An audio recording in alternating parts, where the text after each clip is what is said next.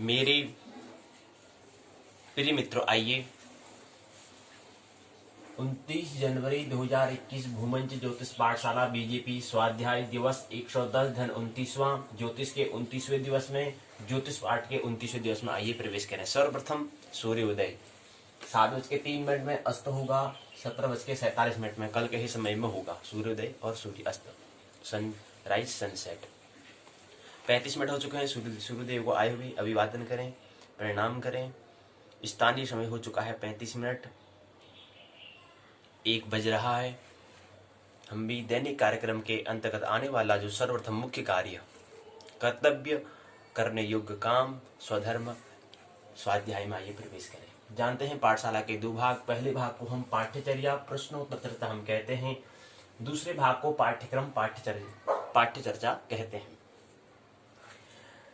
पाठशाला के भाग 2 को हम पहले उसमें हम चर्चा कर लेंगे, पाठशाला के भाग 1 को हम दूसरे चरण में चर्चा करेंगे। उससे पहले एक सूचना, एक जानकारी ले लेते हैं।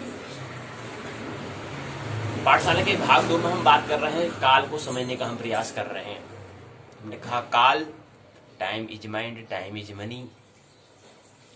टाइम क्या है? समय का मतलब होता है परिवर्तन। टाइम का मतलब है, समय का मतलब है परिवर्तन। और जब भी हम कोई बात कहते हैं कि हम 1 घंटे में हमने, 1.5 घंटे में हमने इतने चले, 1.5 घंटे का समय था, 1.5 घंटे का समय में हमने इतना दूरी तय करी, 7 किलोमीटर दूरी तय करी, तो हम समय को क्या कर लेते हैं, यहाँ पर स्थिर कर लेते हैं, उसको हम फिक्स कर लेते हैं, उसको हम कॉन्स्टेंट कर लेते हैं।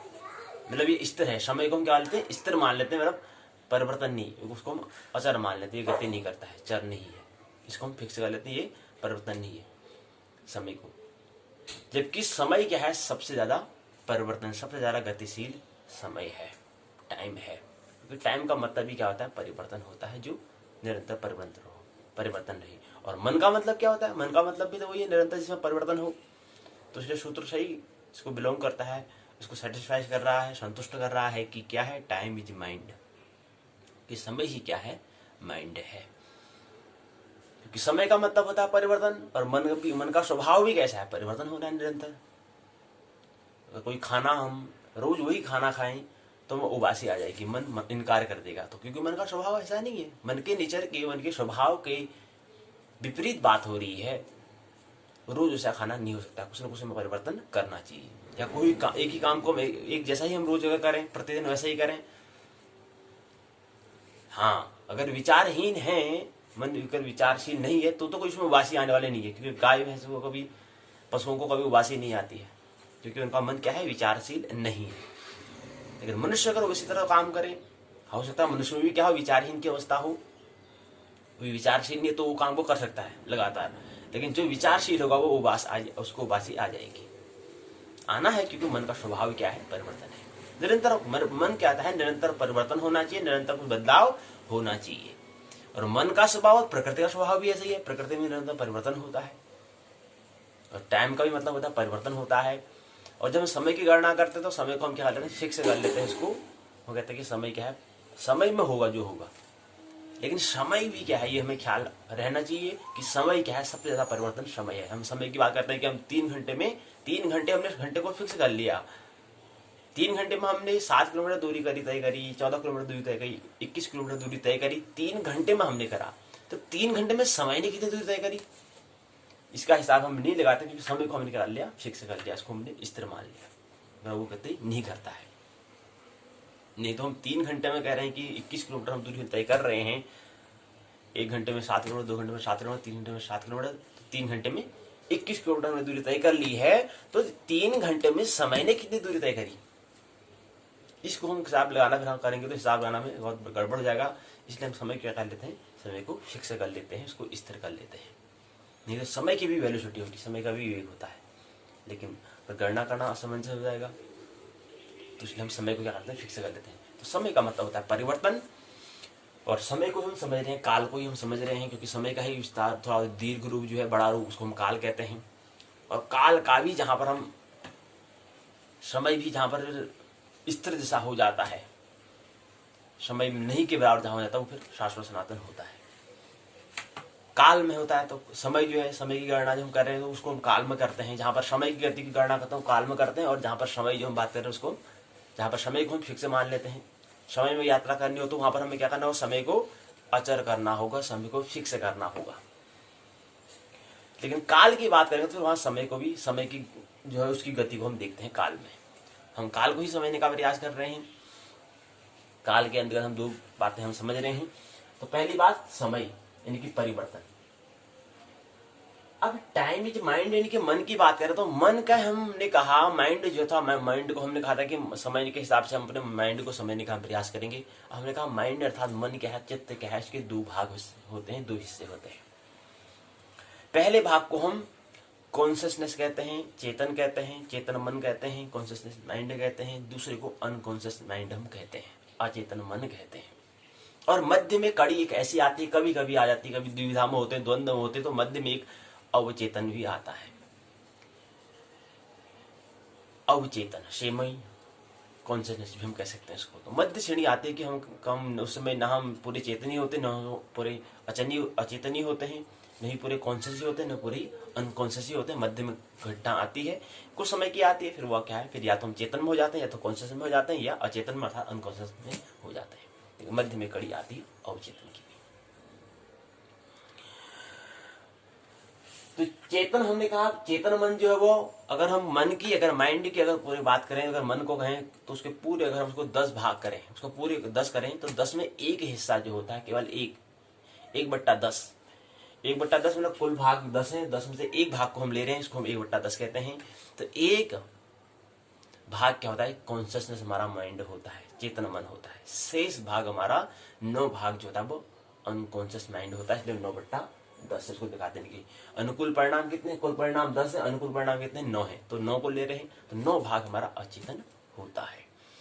अब कभी गौर किया होगा, जब हम नींद में होते हैं, जब नींद में हम, हमारा क्या होता है, उस समय हमारा चेतन मन जो होता है, कॉन्शियस जो हमारा माइंड होता है वो निद्रा में चले जाता है, और उस समय हमारा अचेतन मन हमारा जागा ही रहता है, अचेतन मन कभी सोता नहीं है।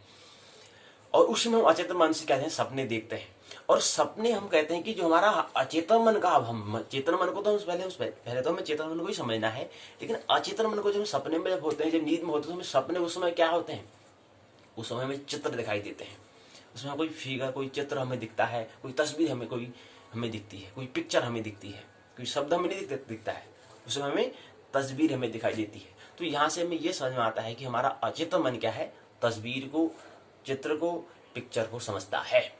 इसलिए छोटे बच्चों को हम कोई बात अगर समझानी होती तो उनको पिक्चरों के माध्यम से ज्यादा समझाने का प्रयास हम करते हैं, खिलौने के माध्यम से, यानी कि तस्वीर को सुननी चाहिए, उससे उसको अच्छे भाषा में समझ सकता है, अर्थात वो अचेतन मन का क्या है, स्वभाव है। दूसरा हम कहते हैं कि कोई बात समझानी तो उसको हम चित्र के माध्यम से हमें समझाना चाहिए, उसको हम ऑडियो के माध्यम से समझा रहे हैं तो उसके साथ वीडियो भी हमारे पास होना चाहिए, उसका तस्वीर भी हमारा बनना चाहिए। लेकिन और भी अगर अपनी प्रतिभा को निखारना है तो हमको पहले सुनना चाहिए, सुनने के साथ जो हम सुनेंगे उसमें हमारा क्या बनेगी, चित्त में तस्वीर बनती है, क्योंकि हमारा अचेतन मन उसको समझ सकेगा। तो अचेतन मन का स्वभाव कैसा है, वहां पर चित्र बनेगा, वहां शब्द नहीं होंगे। चेतन मन का स्वभाव क्या है, शब्द होना है, तो चेतन मन से तो चेतन मन को समझाने के लिए तो हमें शब्द से समझाना होगा, लेकिन अचेतन मन का स्वभाव क्या है, वो चित्रों का माध्यम है। तो इसलिए हमें कोई भी अगर चीज सुननी है, सुन रहे हैं, तो उसमें हमें आंख बंद करके, हमारे इसमें क्या, आंख बंद करके हमारे जो चेतन मन में, अचेतन मन में चित्र बन रहे हैं, जो बात बता रहे हैं गुरु जी, उसका चित्र हमारा बनना चाहिए, क्योंकि अचेतन मन में बनता है चित्र, क्योंकि अचेतन मन का स्वभाव क्या है, चित्र बनता है। और देखते हैं कि निद्रा में भी हमारा क्या है, कभी कोई अधिकतर हमारे चित्र ही होते हैं, चित्र ही होता है, तस्वीर दिखती है हमको, ठीक, उसमें कोई हमें शब्द नहीं दिखता है, तस्वीर दिखती है, तस्वीर। तो अचेतन मन का स्वभाव ही हमने समझा। तो टाइम के समय में हमने टाइम को समझ रहे हैं, काल को समझ रहे हैं, तो उसमें हमने कहा काल क्या है, माइंड, इनकी मन को दिखाता है, टाइम इज माइंड हमने कहा, इसलिए हमने इसको सूत्र को समझाने का प्रयास किया। मन में हमने दो बात हमने करी, माइंड को दो भाग होते हैं, चेतन अचेतन, और जब दोनों मन हमारे एक साथ जुड़ जाते हैं उसको हम कहते हैं संकल्प। संकल्प अर्थात पूरे हमारे मन का हिस्सा, पूरे हमारा रों तब वो बात अगर पहुंच जाती है कि मैं ये काम अगर करना चाहता हूं, तो फिर उस काम में कोई बाधा नहीं आती, क्योंकि पूरा मन हमारे एक साथ है, पूरा मन एक संयुक्त जुटा हुआ है, अर्थात क्या है, चेतन मन भी और अचेतन मन भी। क्योंकि चेतन मन तो सो जाएगा, चेतन मन में जो बात हमने कही वो तो भूल जाएगा, लेकिन अचेतन मन भूलने वाला नहीं है। क्यों? क्योंकि अचेतन मन क्या है, सोता नहीं है, वो नींद नहीं निकालता, उसको नींद, वो हमेशा जागा रहता है। तो इसलिए अचेतन मन में हमेशा बात रहेगी, तो जैसे सुबह उठेंगे तब वो याद दिलाएगा। इसलिए तो कहते हैं कि रात्रि को जो हमारा विचार होगा वही हमारा पहला विचार बनेगा। क्यों बनेगा? क्योंकि उस समय हमारा अंतिम विचार था, फिर तो हमारा चेतन मन सो जाएगा, फिर वो तो विचार करने वाला नहीं है, लेकिन वो हमारा वही फिर अचेतन मन के लिए पहला विचार बनेगा, और सुबह में चेतन मन के लिए पहला विचार बनेगा, क्योंकि चेतन मन सो जाएगा, अचेतन मन सोता नहीं है। वही तो हमें क्या दिखता है, सब उसी से हम सपने देखते हैं, और अचेतन मन सबसे बड़ा, उसका 9 भाग क्या है, वो 9 भाग उसके पास है। तो अब हम कितने हमारा पास संकल्प है, वो हमारे संकल्प था, हमारा कितनी बात हमने अचेतन मन तक पहुंचाई है, क्योंकि हमारा अचेतन में सब हमारा है, पिछले जन्म का पूरा हिसाब किताब हमारा अचेतन मन में है, और यहाँ पर भी जो बात होंगी वो अचेतन मन में जाएंगी, या जाइए न, हमने पहुंचाया नहीं पहुंचाया वो अलग बात है। पहुंचाने का अगर संकल्प अगर हमारा होगा तो बात को पहुंचाएंगे तो वह संगीत हो जाएगी, इकट्ठा हो जाएगी, नहीं तो वहीं पर धुद्धि होकर विलीन हो जाएगी चेतन मन में। लेकिन कुछ नया क्रांति करनी है, उसके लिए हमें क्या करना होगा, उसके लिए हमें पूरे मन से, अर्थात चेतन मन अर्थात 1 भाग अर्थात 1/10 भाग, और अनकॉन्शियस अचेतन मन की 9/10 भाग उसको लगना होगा, अर्थात पूरे 10 भागों का एक साथ जुड़ जाएगा, तो उसको हम संकल्प कहते हैं। और उससे हम संकल्प शक्ति का जन्म, संकल्प शक्ति विल पावर का जन्म होता है, वो शक्ति, उसी को हम संकल्प शक्ति विल पावर कहते हैं। तो ये मन को हमने समझा, तो 2 बात हमने समझी। और एक बात और, हम विकास की हम बात कर रहे थे, विकास डेवलपमेंट, हमने कहा कोई भी चीज हम यहाँ पर जो वर्तमान में हम हैं, ये हमारा क्या है, एक श्रृंखलाबद्ध, एक सीरीज वाइज होता है, एक कंटिन्यू लगातार ये चीज चल रहा है, कि हमने पिछले जन्म में जो करा था उससे कहीं हम चल रहा है। लेकिन थोड़ा सा हमें ये समझना होगा, विकास जो चक्र जो डेवलपमेंट जो होता है, कैसे होता है, विकास कैसे होता है। इसके लिए हमने कहा कि एक चाक और उसके में आरे होते हैं। आरे कितने होते हैं? 84 करोड़ आरे होते हैं। करोड़ तक संख्या वैज्ञानिक पहुंच चुके हैं। ऋषि मनीषी तो कहते हैं कि 84 करोड़ योनियां होती हैं। अब विज्ञान भी, वैज्ञानिक उसको सिद्ध करने में लगे हैं, सिद्ध हो जाएगा। तो कहते हैं कि 84 करोड़ योनियां होती हैं, अर्थात पड़ाव होते हैं। अर्थात जो हमने चाक कहा, इस चाक में क्या है, 84 करोड़ आरे हैं, यानी कि तिल्लियां हैं, यानी कि हिस्से हैं। अब इस हिस्से को हमें 84 करोड़ जो हिस्से को समझना है कि अगर विकास कैसे होता है। विकास अगर समझे कि कहीं पर इस आरे पर एक स्थान पर क्या है, मनुष्य, जैसे वर्तमान में हम हैं, हमारा शरीर मनुष्य योनि है, एक आरा क्या है, इसमें एक क्या है, चक्र क्या है, एक हिस्सा क्या है, मनुष्य योनि का भी है, एक पड़ाव मनुष्य का भी है। और ऐसे क्या है, 84 करोड़ पड़ाव हैं, तब जाके इस पूरा चक्र का, पूरा चाक का, पूरा चक्र का क्या बनता है, वर्तुल पूरा बनता है। तो इतने सारे पड़ाव, कितने 84 करोड़ पड़ाव हैं। इस पड़ाव से फिर हमें मनुष्य योनि के बाद आगे हम छलांग, इस चक्र से बाहर हम जा सकते हैं, उसको हम बुद्धत्व कहते हैं, उसको हम अवतार कहते हैं। इसका बाहर जब चले जाएंगे, इसके बाद जब इस चक्र को हम जब समझ लिया, इससे मुक्त जब हो जाएंगे, तो आगे फिर कहाँ जाएंगे हम, आगे फिर हमारा अगला जन्म अगर जब होगा तो अवतार का होगा। मैंने कहा था कि जिसको अगर परम जागरण हो जाता है, उसके बाद फिर एक योनि और लेगा, एक जन्म और होता है, इसको हम अवतार कहते हैं, या तीर्थंकर कहें, या बौद्ध कहें, बुद्धत्व कहें, तो वो फिर अगला जन्म होगा। अब ये जो विकास हम कह रहे हैं, विकास अगर मैं कहा कि 84 करोड़ इसमें क्या है, पड़ाव हैं, अर्थात चाक हैं, अर्थात तिल्लियां हैं, मतलब हिस्से हैं, भाग हैं, इसको हमने क्या कर रहे हैं, 84 करोड़ हिस्से कर रहे हैं। जैसे हमने मन की बात की थी, मन के हमने कहा कि 10 हिस्से करेंगे, इसमें एक हिस्सा हमारा चेतन होता है, 10 हिस्सा हमारा अचेतन होता है। ऐसे हमने कहा कि ऐसे हमारा पूरा ये एक वर्तुल जो हम कह रहे हैं, उसमें क्या है, इसके 84 करोड़ क्या है, भाग है, जिसको हम योनि कहें। तो इस योनि में अब हम देखते हैं कि पशुओं में कोई विकास होता नहीं है। कहने की बंदर जहाँ है वहीं से बंदर में कुछ विकास दिखाई देता है, मनुष्यों को कुछ विकास में दिखाई देता है, पशुओं में कुछ ज्यादा विकास दिखाई देता है। अब यहाँ से ये भी हम समझे, कभी कभी जो कवि जो होते हैं उनको सोचते हैं यार पक्षियों बड़ा आसमान में उड़ रहे हैं, हम भी आसमान में उड़े, कविता इस तरह से बनाते हैं।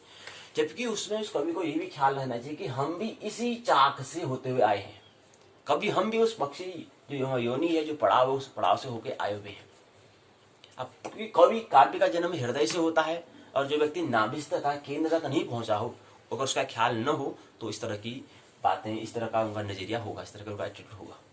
जब तक कि हम केंद्र का हमें ख्याल न हो कि काव्य का सृजन कहाँ होगा। मैंने कहा था कि दो पर हमारा बोलबाला, पुरुष का मस्तिष्क पर, ब्रेन पर जो है भाई, जो कुछ भी है विज्ञान है जी, जो कुछ है साइंस है, जो कुछ है शास्त्र है, जो कुछ है सिद्धांत है, जो कुछ है भी, कुछ भी है तो सब कुछ है विज्ञान ही है और कुछ नहीं है। और स्त्रियों का जो कुछ है भाई हृदय है और कुछ नहीं, हृदय है, जो कुछ है हृदय ही है। लेकिन इसके ये दो ही पर हमारा बोलबाला होता है, पुरुष का मस्तिष्क पर, स्त्री का हृदय पर। लेकिन तीसरा नाभि का ख्याल नहीं है, जबकि जीवन का केंद्र और शरीर का केंद्र नाभि है।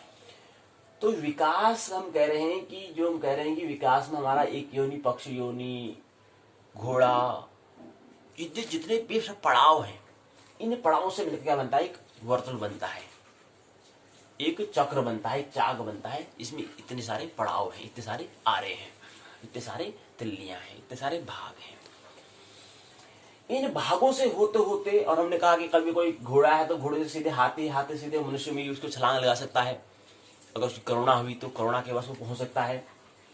और कोई मनुष्य है, अगर करुणा नहीं दिखाई, अगर तपस गुण प्रधान ना, तो वो मनुष्य से छलांग नीचे हाथी बन सकता है, घोड़ा भी बन सकता है, कीट पतंग भी बन सकता है, निम्न योनि में भी प्रवेश कर सकता है, अगर तमस गुण प्रधान रहा तो।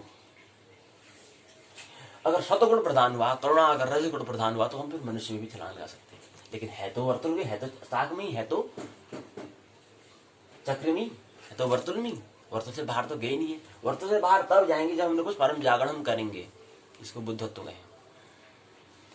जब तक कि बुद्धत्व नहीं हुआ तब तक इस वर्तुल से बाहर नहीं जा सकते। उसके लिए अनिवार्यता क्या है, विकास का परम शिखर,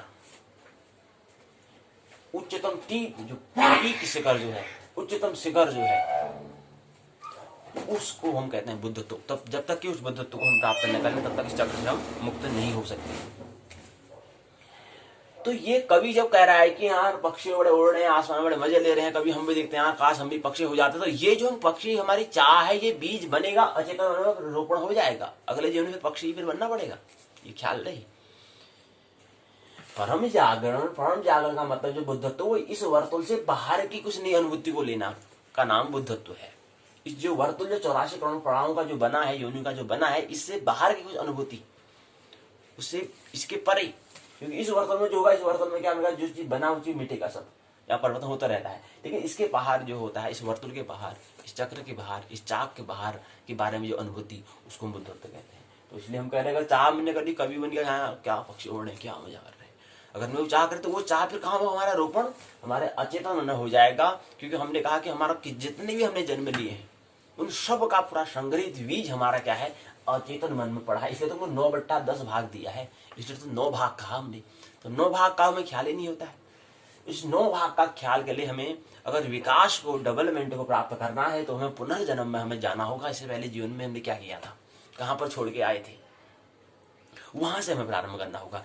अब हमने कहा कि कोई अन्य 84 करोड़ में जो अन्य पशु, पक्षी, कीट पतंग जो कहते हैं, उनमें हमें विकास, बंदरों में कोई हमें विकास दिखाई नहीं देता है। विकास होगा कहां से, विकास की परिभाषा, डेफिनेशन क्या है, उसके लिए हमने, अब मनुष्य में हमें थोड़ा विकास देता है क्योंकि हमने कम्युनिकेशन अर्थात संवाद, अर्थात हमने शब्दों की एक हमने तरीका हमने सीख लिया कि कोई भी हम बात करते हैं उसको हम दूसरे को संवाद के माध्यम से, कम्युनिकेशन के माध्यम से उसको साझा कर सकते हैं। और जहां पर जो मैंने अनुभव किया है, उसको अनुभव को मैं साझा कर सकता हूँ, और उसी के कारण विकास मनुष्य में थोड़ा दिखाई देता है। लेकिन मंत्रों में ऐसा कुछ कम्युनिकेशन, संवाद इस तरह से नहीं है, जिसको हम शिक्षा कहें, जिसको हम एजुकेशन कहें, इस तरह की वहां पर व्यवस्था, मैनेजमेंट नहीं है। इसलिए बंदर वहीं से प्रारंभ करता है जहां पर उसने, उनके पिता ने जहां से प्रारंभ किया, वहीं पर उसका जाने वाला बच्चा होता है, जो बच्चा होता है वो प्रारंभ करता है। तो विकास वहां पर नहीं होता है, तो बंदरों में विकास नहीं होता है। और ख्याल रहे अगर हमने मनुष्य योनि है, अगर यहाँ पर भी हमने यहीं से प्रारंभ किया है, यहीं से हमने प्रारंभ किया, तो अगले जन्म में फिर मनुष्य मिलेगा, तो फिर हम यहीं से प्रारंभ करेंगे, ये भी ख्याल रहे। फिर क ख गौ से ही हम प्रारंभ करेंगे। अगर बुद्धत्व का, परम जागरण का अगर हमने ख्याल नहीं किया, अगर होशपूर्वक जीवन में अवेयरनेस नहीं हुई, जागरूक नहीं है, जागरूक नहीं हुए, तो हम जहां से हमने इस जन्म में प्रारंभ किया था, हमने क ख गौ से प्रारंभ किया था, अगर जागरण हमने प्राप्त नहीं किया, उसका ख्याल अगर हमने नहीं किया, तो फिर पुनः हमारे यहाँ पर मृत्यु होगी, फिर प्रारंभ से फिर वहीं से हमें प्रारंभ करना पड़ेगा। हालांकि इसकी कोई गारंटी नहीं है, कोई वादा नहीं है कि अगले जन्म में आपको मनुष्य ही मिलेगा। हो सकता है कि इसे निम्न योनि में जाना पड़ेगा, अध योनि में, या ऊर्ध्व का तो कुछ पता है नहीं। वो तो व्यक्ति की जिसने परम जागरण किया होगा वही जा सकता है, इससे मुक्त हो सकता है, मोक्ष को निर्वाण को प्राप्त कर सकता है। लेकिन कोई ये वादा नहीं है कि आपको अगले जन्म में मनुष्य ही मिलेगा। हो सकता है कि आप निम्न 84 जो पड़ाव है, उस पड़ाव में कोई भी पड़ाव में आप चले जाएंगे। लेकिन जो थोड़ा सा विचारशील है वो मनुष्य योनि में आएगा। अब मनुष्य योनि में आएगा, पिछले जीवन में जो मनुष्य योनि में जो काम जहां से प्रारंभ किया था, और वहीं से इस जीवन में भी अगर प्रारंभ करेगा, तो इसका मतलब उसका विकास उसमें नहीं हो सकता।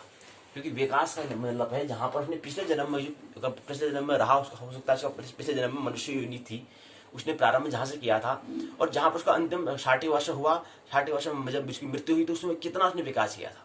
मतलब जहां तक उसने कुछ बातें समझी थी, जो अनुभूति की थी, उसके बाद फिर अगला जीवन जो आएगा तो वहीं से प्रारंभ होता है, फिर वहीं से प्रारंभ होगा। लेकिन वो इसका ख्याल न करते हुए, स्मृति के कारण उसका उसने ख्याल नहीं है, तो फिर पुनः क्या करेगा, इस जीवन में फिर प्रारंभ करेगा और इसी वर्तुल में रह जाएगा। बुद्धत्व मोक्ष जो बात करें वो तो बात की बात रह जाएगी, वो तो बात ही बात हो जाएगी, वो इसी वर्तुल में। तो ख्याल नहीं, जो हम कह रहे हैं कि 84 करोड़ का जो पड़ाव जो है, जो हम जो हम चाक की बात कर रहे हैं, कि जो चाक में जिसके आरे की हम जो बात कर रहे हैं, यानी कि जो तिल्लियों की जो हम बात कर रहे हैं, भाग की जो बात कर रहे हैं, उसमें भी हमें हाउसवर्क हमें रहना है। तो मनुष्य जीवन हमको मिल चुका है। पहले तो आभार प्रकट, प्रभु स्मरण का, प्रभु की धन्यता का हमें अनुवाद, ग्रेटिट्यूड का हमें उनको जो उन्होंने सुनहरा अवसर दिया उसका हमें धन्यता का प्रकट करना। उसी धन्यता का नाम ही प्रार्थना है, उसी धन्यता का नाम ही पूजा है, उसी धन्यता का नाम, उसको आभार प्रकट करने का नाम ही क्या है, प्रार्थना, पूजा, अर्चना, उपासना, उसका नाम है, उसका नाम ही भक्ति है। कि आपने अवसर दिया, इतने सारे करोड़ों, इतने सारे पड़ाव में से ये पड़ाव मेरे को मिला, आपका बहुत बहुत आभार। अब यहाँ पर मेरे को होशपूर्वक रहना है, यहाँ पर ध्यानपूर्वक चलना है, मेरे को होशपूर्वक चलना है। क्योंकि यहाँ पर भी अगर मेरे थोड़ा सा अगर होशपूर्वक नहीं हुआ, तो पुनः फिर में क्या होता है कि इन 84 करोड़ में कोई एक ये पड़ाव में कोई एक योनि में जाऊंगा, और यहाँ पर भी अगर मनुष्य योनि में अगर मैंने कुछ और नई उपलब्धि, इस चक्र के बाहर की अगर मैंने कोई अनुभूति अगर मैंने प्राप्त नहीं की, तो पुनः अगर जन्म फिर मनुष्य जीवन मिलेगा, तो फिर पुनः मैंने वहीं से प्रारंभ करूंगा। अगर होशपूर्वक नहीं रहा तो वहीं से प्रारंभ होगा, तो फिर मैं तो इसी वर्तुल में रह गया ना, वर्तुल के भी इसी पड़ाव में रह गया, वर्तुल में रहा, इसी पड़ाव में रह गया। तो इसी तरह से हम इसी बंधन में रहते हैं, पुनरपि जननम पुनरपि मरणम रहते हैं। तो ये जो वर्तुल है, इस वर्तुल के बाहर के लिए हमें कुछ नया करना होता है। हमारे पास शिक्षा व्यवस्था है, हमें विचार करना है, चिंतन करना है कि कोई हमें जहां पर हमें बात समझ में नहीं आती है, मानने की कोई अनिवार्यता नहीं है, लेकिन हमें कुछ नई अनुभूति, फीलिंग, कुछ नया जो हम आज तक हमने करा है उससे कुछ नया, क्या कहें कि पहले पिछले जन्म में कहां पर छोड़ा था, अपने आप को विकसित करना होगा। तो सबसे पहले कि इससे पहले मैंने कहाँ छोड़ा था, इससे पहले मेरी योनि कौन सी थी, इससे पहले कौन से पड़ाव में था, मैं इन 84 पड़ाव में कोई पड़ाव में होऊंगा, कोई एक योनि में होऊंगा, कौन सी योनि थी, और वहां पर मैंने क्या किया था, वो सब हमारे क्या है, अचेतन मन में, अनकॉन्शियस माइंड में, अचेतन मन में पड़ा है। इसलिए हमें क्या है, इसलिए हमें पहले पिछले जन्म में जाना होगा, विकास के लिए, डेवलपमेंट के लिए, समझने के लिए। जो तो उसकी सूक्ष्म खोज यही है। और जो परम बुद्धत्व, जो जागरण जो है, जो बुद्धत्व है, उनका भी खोज यही होता है। तो ये हमें पहले समझना है। तो हमने दो बातें यहाँ पर कही। दूसरी बात हमने कहा कि विकास कैसे होता है, डेवलपमेंट कैसे होता है। ऐसे ही होता है कि हमारे में थोड़ा डेवलपमेंट हो पाता है, लेकिन यहाँ पर भी हम अगर ये जहाँ से हमने प्रारंभ किया, क्योंकि हमारा शिक्षा व्यवस्था हमारी पास थी, हो सकता है कि हमने इसमें थोड़ा 20 वर्ष हम बच गए होंगे, क्योंकि हमारे पास शिक्षा है, हमारे पास एजुकेशन, शिक्षा व्यवस्था, हमारे पास संवाद का हमारा माध्यम है, तो हमने यहाँ पर 20 वर्ष बचा लिए। अब 20 वर्ष को जो बचाए हैं उसको हम आप कहाँ लगाएंगे, यहाँ से कुछ जो नया हो, अर्थात जो 84 करोड़ योनि जो पड़ाव है, इससे कुछ हटके हो, तो 20 वर्ष में वहां दूंगा, इनकी ध्यान में समय दूंगा। इनकी जो ऐसा अनुभव, अनजान रास्ते से जो ऐसा अनुभव आएगा, उसको अपने आचरण में लाऊंगा, उसकी अनुभूति को प्रकट करूंगा, जो मैंने कभी अनुभव नहीं किया है। उसके लिए 20 वर्ष जो मैंने शिक्षा के माध्यम से मैंने 20 वर्ष जो बचाए, जिसको विकास में कहें, उससे क्या होगा, नया चीज आएगा, तो विकास होगा, और एक दिन ऐसा समय आएगा कि परम जागरण को आप प्राप्त कर लेंगे। तो विकास कैसे होता है, हम देख रहे हैं कि विकास में 84 करोड़ के यहाँ चक्र हैं। इसमें अगर हमने मनुष्य जीवन अगर मिला है, उसमें हमने जहां से प्रारंभ, वहां से पहले पिछले जन्म में जाए बिना ही अगर हम यहाँ से प्रारंभ कर रहे हैं, तो इसका मतलब क्या है कि विकास हम हालांकि अध्यावरण के तल पर थोड़ा विकास हमें दिखेगा कि हमने भवन, अगर हमारा एक भवन पहले हमारे पास घर नहीं था तो हमने घर बना लिया होगा, लेकिन अगर हमने बिना पिछले जन्म में जाए हुए अगर हम प्रारंभ कर रहे हैं, अध्यावरण में विकास दिखेगा, लेकिन हमारे अध्यात्म में कोई विकास हमारा अभी नहीं हुआ है, ये ख्याल रहे। इसलिए निरंतर चिंतन रहना चाहिए, निरंतर विचार करना चाहिए कि मैं पहले पिछले जन्म में गया नहीं गया, क्योंकि असली सवाल तो वहीं से है, क्योंकि विकास तो वहीं से होगा। हालांकि यहाँ पर भौतिक तल पर हो जा रहा है, लेकिन हमारा आत्मिक तल पर विकास अभी नहीं हुआ है, डेवलपमेंट नहीं हुआ है। और मूल बात तो वही है।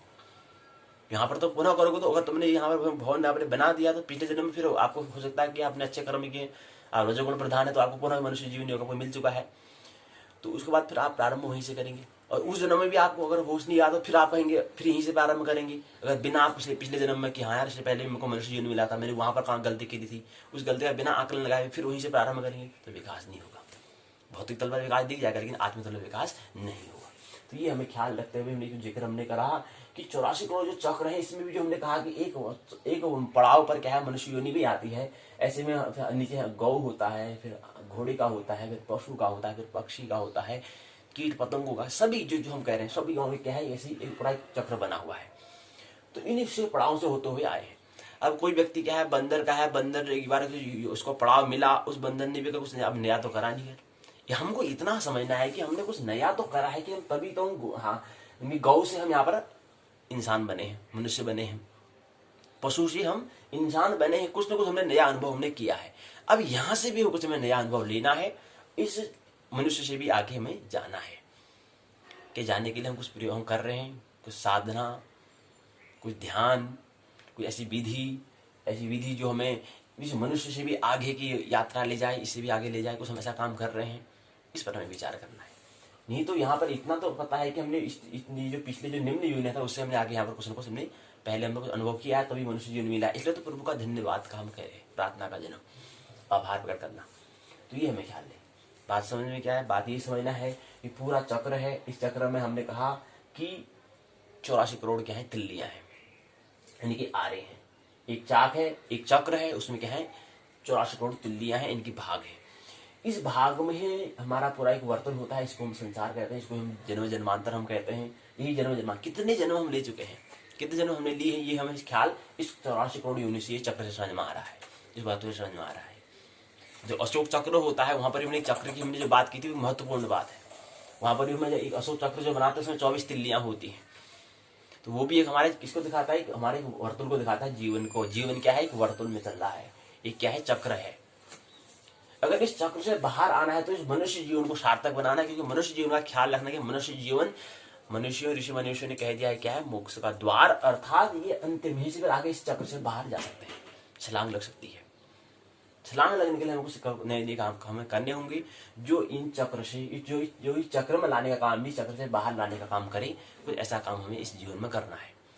कर रहे हैं नहीं कर रहे हैं, स्वाध्याय कर रहे हैं नहीं कर रहे हैं, ये हमें ख्याल करना है, ये हमें अपना टेस्ट करना है, परीक्षण करना है, देखना है, झांकना है अपने अंदर। तो ये चीज मैंने बात कही। तो मनुष्य जीवन मिल चुका है, जहां से हमने प्रारंभ किया, बिना हम पिछले जन्म में जाए हुए अगर प्रारंभ कर रहे हैं, बिना पिछले जन्म में जाए हुए, बिना पिछले जन्म में कहां पर थे उसका बिना ख्याल लिए अगर हम इस जीवन में आगे बढ़ रहे हैं तो विकास नहीं होगा।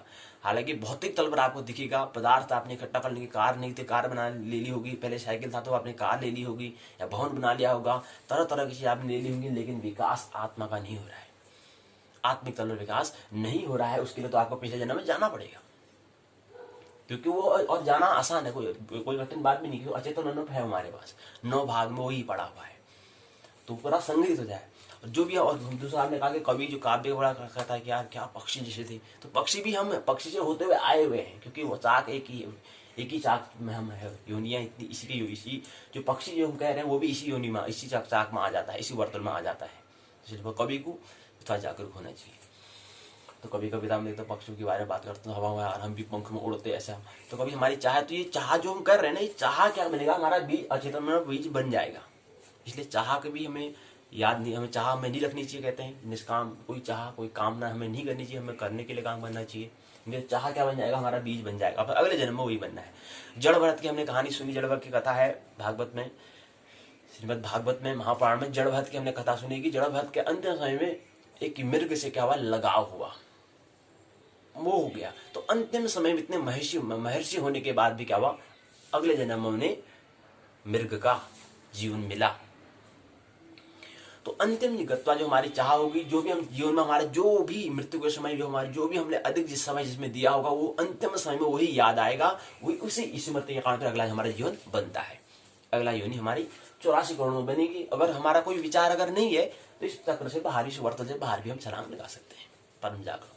और अगला जन्म फिर जो हम अगर इस चक्र से बाहर आ गए तो अगला एक जन्म हमारे पास और होता, वह जन्म हमारा जन्म नहीं होगा, वह जन्म हमारा अवतार होगा।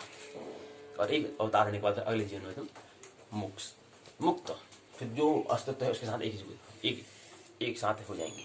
फिर कोई चक्र का फिर कोई हमारा उससे मुक्त हो चुके, स्वतंत्र हो चुके, उसको मोक्ष कहते हैं। अंतिम बात निर्वाण। तो ये बातें थी, तो ये बात हमने समझा। इसमें यही ख्याल रखना है कि मनुष्य जीवन मिल रहा है, उसका हमें बार बार हमें परीक्षण करना है, बार बार झांकना है कि पहले पिछले जन्म में कहां पर रहा हूंगा, मैं क्या कर रहा, ये पिछले जन्म में मैंने क्या किया। अब कैसे पता करेंगे पिछले जन्म में क्या था, उसके लिए हमें ख्याल करना पड़ेगा। अच्छा यार, मैं भी मेरी खाने में क्या है, कौन सा मेरा स्वाद, ये पूरा स्वभाव हमारा दिखाता है। क्योंकि मेरी रुचि क्या है, मेरी कौन सी इच्छा है। मैं मांस ज्यादा खाता हूं तो इसका मतलब क्या है, मैं तमोगुण में प्रधान है। क्योंकि यहाँ से हमारे क्या आएगा कि मनुष्य का गुण क्या है, मनुष्य का गुण को समझना होगा ना कि मनुष्य का गुण क्या है, मनुष्य का स्वभाव, मनुष्य का नेचर क्या है। मनुष्य का नेचर तो ये है, अच्छा ठीक, लेकिन मैं खा रहा हूँ तमस, अर्थात मेरा तमस गुण प्रधान हो रहा है। इसका मतलब मनुष्य का जो नेचर है उसके स्वभाव के विपरीत जा रहा हूँ, तो इसका मतलब क्या है, मेरा पिछला जन्म में क्या है, कुछ खास नहीं किया मैंने, और शायद कुछ कोरोना के कारण कोई जीवन मिल चुका है। तो इसका मतलब मैं तो और भी अभी इस जीवन में, अब मनुष्य जीवन मिलने के बाद आगे ऊर्ध्व की ओर यात्रा हो सकती है, लेकिन मेरा चाह तो अभी वहीं को जा रही है, अर्थात अधो को ही गिराने का काम कर रहा है। तो इसलिए मेरे को जागरूक हो जाना होगा। इसलिए गुरु का, सदगुरु का संग करना अनिवार्य है, सत्संग।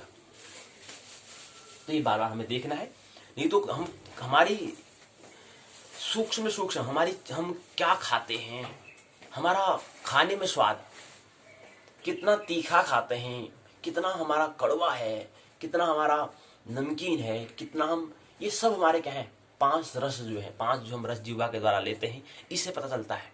कोई व्यक्ति बहुत तीखा खाता है, इसका मतलब क्या है, उसका स्वभाव सत्वगुण नहीं है, उसको अभी इस जीवन में आगे बुद्धत्व की जाने की भी इच्छा नहीं है। तो आहार से भी हमारा पता चल जाता है। कोई मांस खा रहा तो इसका मतलब क्या है, अभी उसकी इच्छा नहीं है, अभी उसका जागरण का भी समय नहीं, तो उस व्यक्ति को हम ये बात नहीं बता सकते। तो शिक्षक को पता होना चाहिए कि किस व्यक्ति, किस विद्यार्थी को ये बात हमें देनी है, ये भी शिक्षक को ख्याल रखना चाहिए।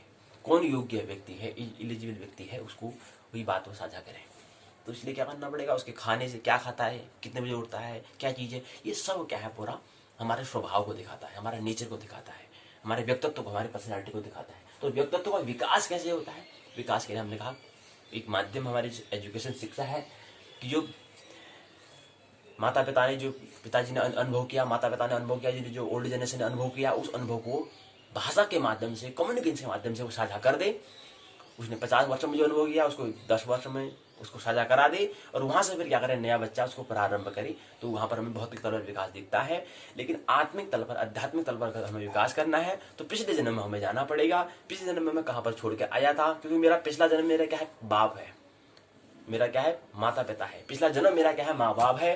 तो मैंने पिछले जन्म में कहां पर छोड़ा था, उसका उपयोग वहां से, फिर मेरे को वहां से बातें समझनी है। उसके बाद फिर इस जीवन में को जहां पर छोड़ा था वहां से प्रारंभ करना है। कहने का मतलब है, कोई व्यक्ति क्या है, पिछले जन्म में विज्ञान के बारे में समझ रहा था, तो उसको इस बार क्या आ गया, काव्य के बारे में, अध्यात्म के बारे में उसको शिक्षा देनी है। तो ये चीज है। तो आइए अब हम मुख्य प्रसंग पर बात कर लें। प्रकरण है उत्तराखंड मुक्त विश्वविद्यालय हल्द्वानी UOU के स्नातक द्वितीय वर्ष के द्वितीय प्रश्न पत्र मुहूर्त विचार हम समझ रहे हैं। यहाँ पर आज से हम 3 दिन पुनरावृत्ति कार्यक्रम, रिवीजन पाठ्यक्रम पर हम बात करेंगे। 29/1/2021, 30/1/2021, 31/1/2021, अर्थात 29 जनवरी, 30 जनवरी, 31 जनवरी, 3 दिन यहाँ पर रिवीजन का कार्यक्रम। 1 तारीख को हम परीक्षण करेंगे 10 पूर्णांक का, 4 और 3, 3 दूना 6, 4, 10। इस तरह से हमें क्या करना है, एक हमें काम करना है, एक प्रश्न करना है, टेस्ट करना है, जांचना है। पुनरावृत्ति में हमने कहा कि पहले हम आज की पाठशाला में हम 2 खंडों को हम लेंगे। 4 खंड हैं, 20 इकाइयां हैं। आज की पाठशाला में हम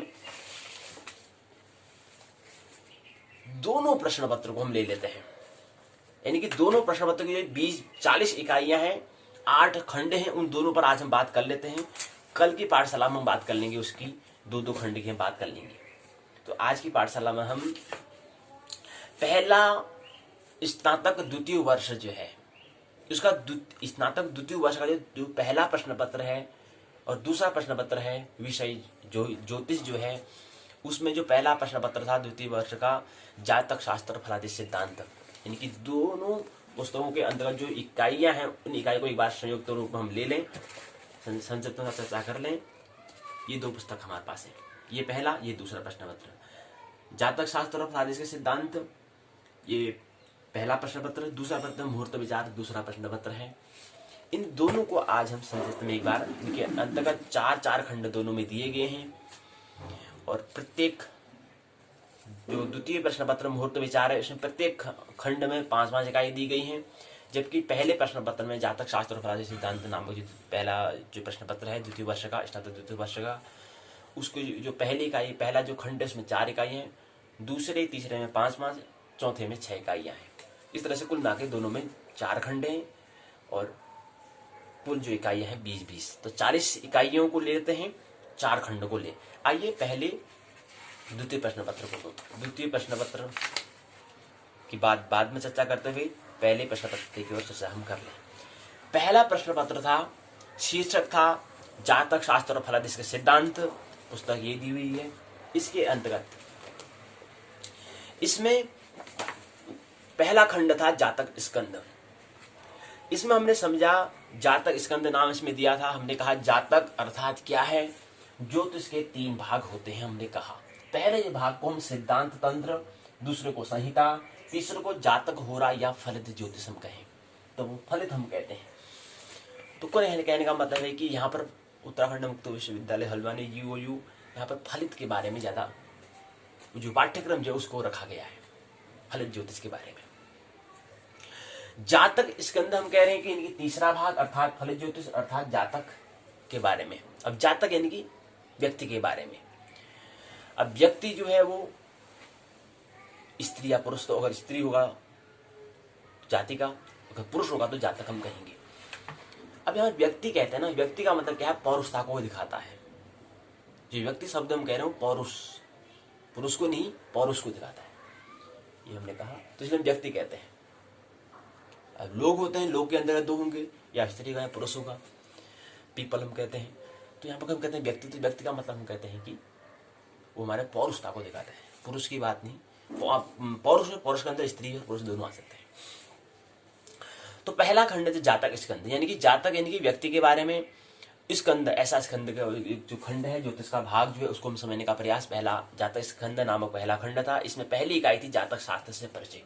जातक शास्त्र क्या है, यानी कि जातक शास्त्र मतलब जातक विज्ञान, शास्त्र मतलब होता है सम्मत, यानी कि जिस समय ज्योतिष का आविर्भाव हुआ, जिस समय जिस सभ्यता के द्वारा, जिस संस्कृति के द्वारा ये आविर्भाव हुआ, उस समय शास्त्र, शास्त्र का मतलब होता है सम्मत, यानी कि ऐसा मत जो सभी की, और विज्ञान का मतलब भी क्या होता है, जहां पर ऐसा कोई अनुभव जिसको प्रत्येक व्यक्ति करेंगे, उसको प्रयोग करेंगे तो सबका परिणाम क्या आएगा, एक आएगा, उसको हम कहते हैं विज्ञान। इसलिए कहते हैं विज्ञान क्या है, आधारभूत है, अर्थात क्या है, प्रत्येक व्यक्ति इसको उसके तल पर प्रत्येक व्यक्ति इस बात को समझ सकता है। विज्ञान साइंस उसको हम कहते हैं। कोई प्रयोग करा वैज्ञानिक ने, उसको दूसरा अगर व्यक्ति, आम व्यक्ति जो विद्यार्थी है वो भी करना चाहता है, वो भी करेगा तो उसका परीक्षण भी वही आएगा, प्रूव कर देगा, सिद्ध कर देगा, तो इसका मतलब क्या है, विज्ञान है। इसका मतलब तथ्य है, इसका मतलब क्या है, प्रमाणिक है, इसका मतलब क्या है, तथ्यगत, ऑथेंटिक है, लॉजिकल है। अब ऐसा अनुभव हो सकता है कि कोई बुद्ध अवतार लोग, जो बुद्ध तीर्थंकर होते हैं, वो भी अनुभव करेंगे। उस अनुभव के लिए क्या होगा, सही व्यक्ति योग्य नहीं होते हैं, इसलिए हो सकता है वो बात तथ्यगत न हो। तथ्यगत मतलब सामूहिक में न हो, सामूहिक बात न हो, क्योंकि उसके लिए क्या होना पड़ा, इसलिए इतने व्यक्ति एक साथ तैयार नहीं हो सकते हैं, उतने व्यक्ति एक साथ तैयार नहीं हो सकते हैं। इसलिए बुद्ध के समय में बहुत लोग वहां पर सम्मिलित थे। कहने का मतलब उस समय मतलब आत्मा को जानने के लिए कि क्या प्रकट में जो है उसके अप्रकट क्या छिपा पड़ा है, अध्यात्म क्या है, उसको उस समय जानने के लिए बहुत लोग थे। बुद्ध के जैसे लोग, आर्ट जैसे लोग क्या थे उस समय ये इसका प्रचार कर रहे थे। मतलब जो प्रकट है, जो ये विज्ञान है, विज्ञान के जो केंद्र में जो है, जो अध्यात्म है, उसके बारे में वो ज्ञान को प्रचार कर रहे थे। तो आर्ट और हजारों लोग थे। अगर अभी देखें अध्यात्म के बारे में, आत्मा के बारे में कुछ होता तो है, आत्मा कुछ होती है नहीं, कुछ नहीं होती, सब जीव विज्ञान है, कुछ नहीं है आत्मा।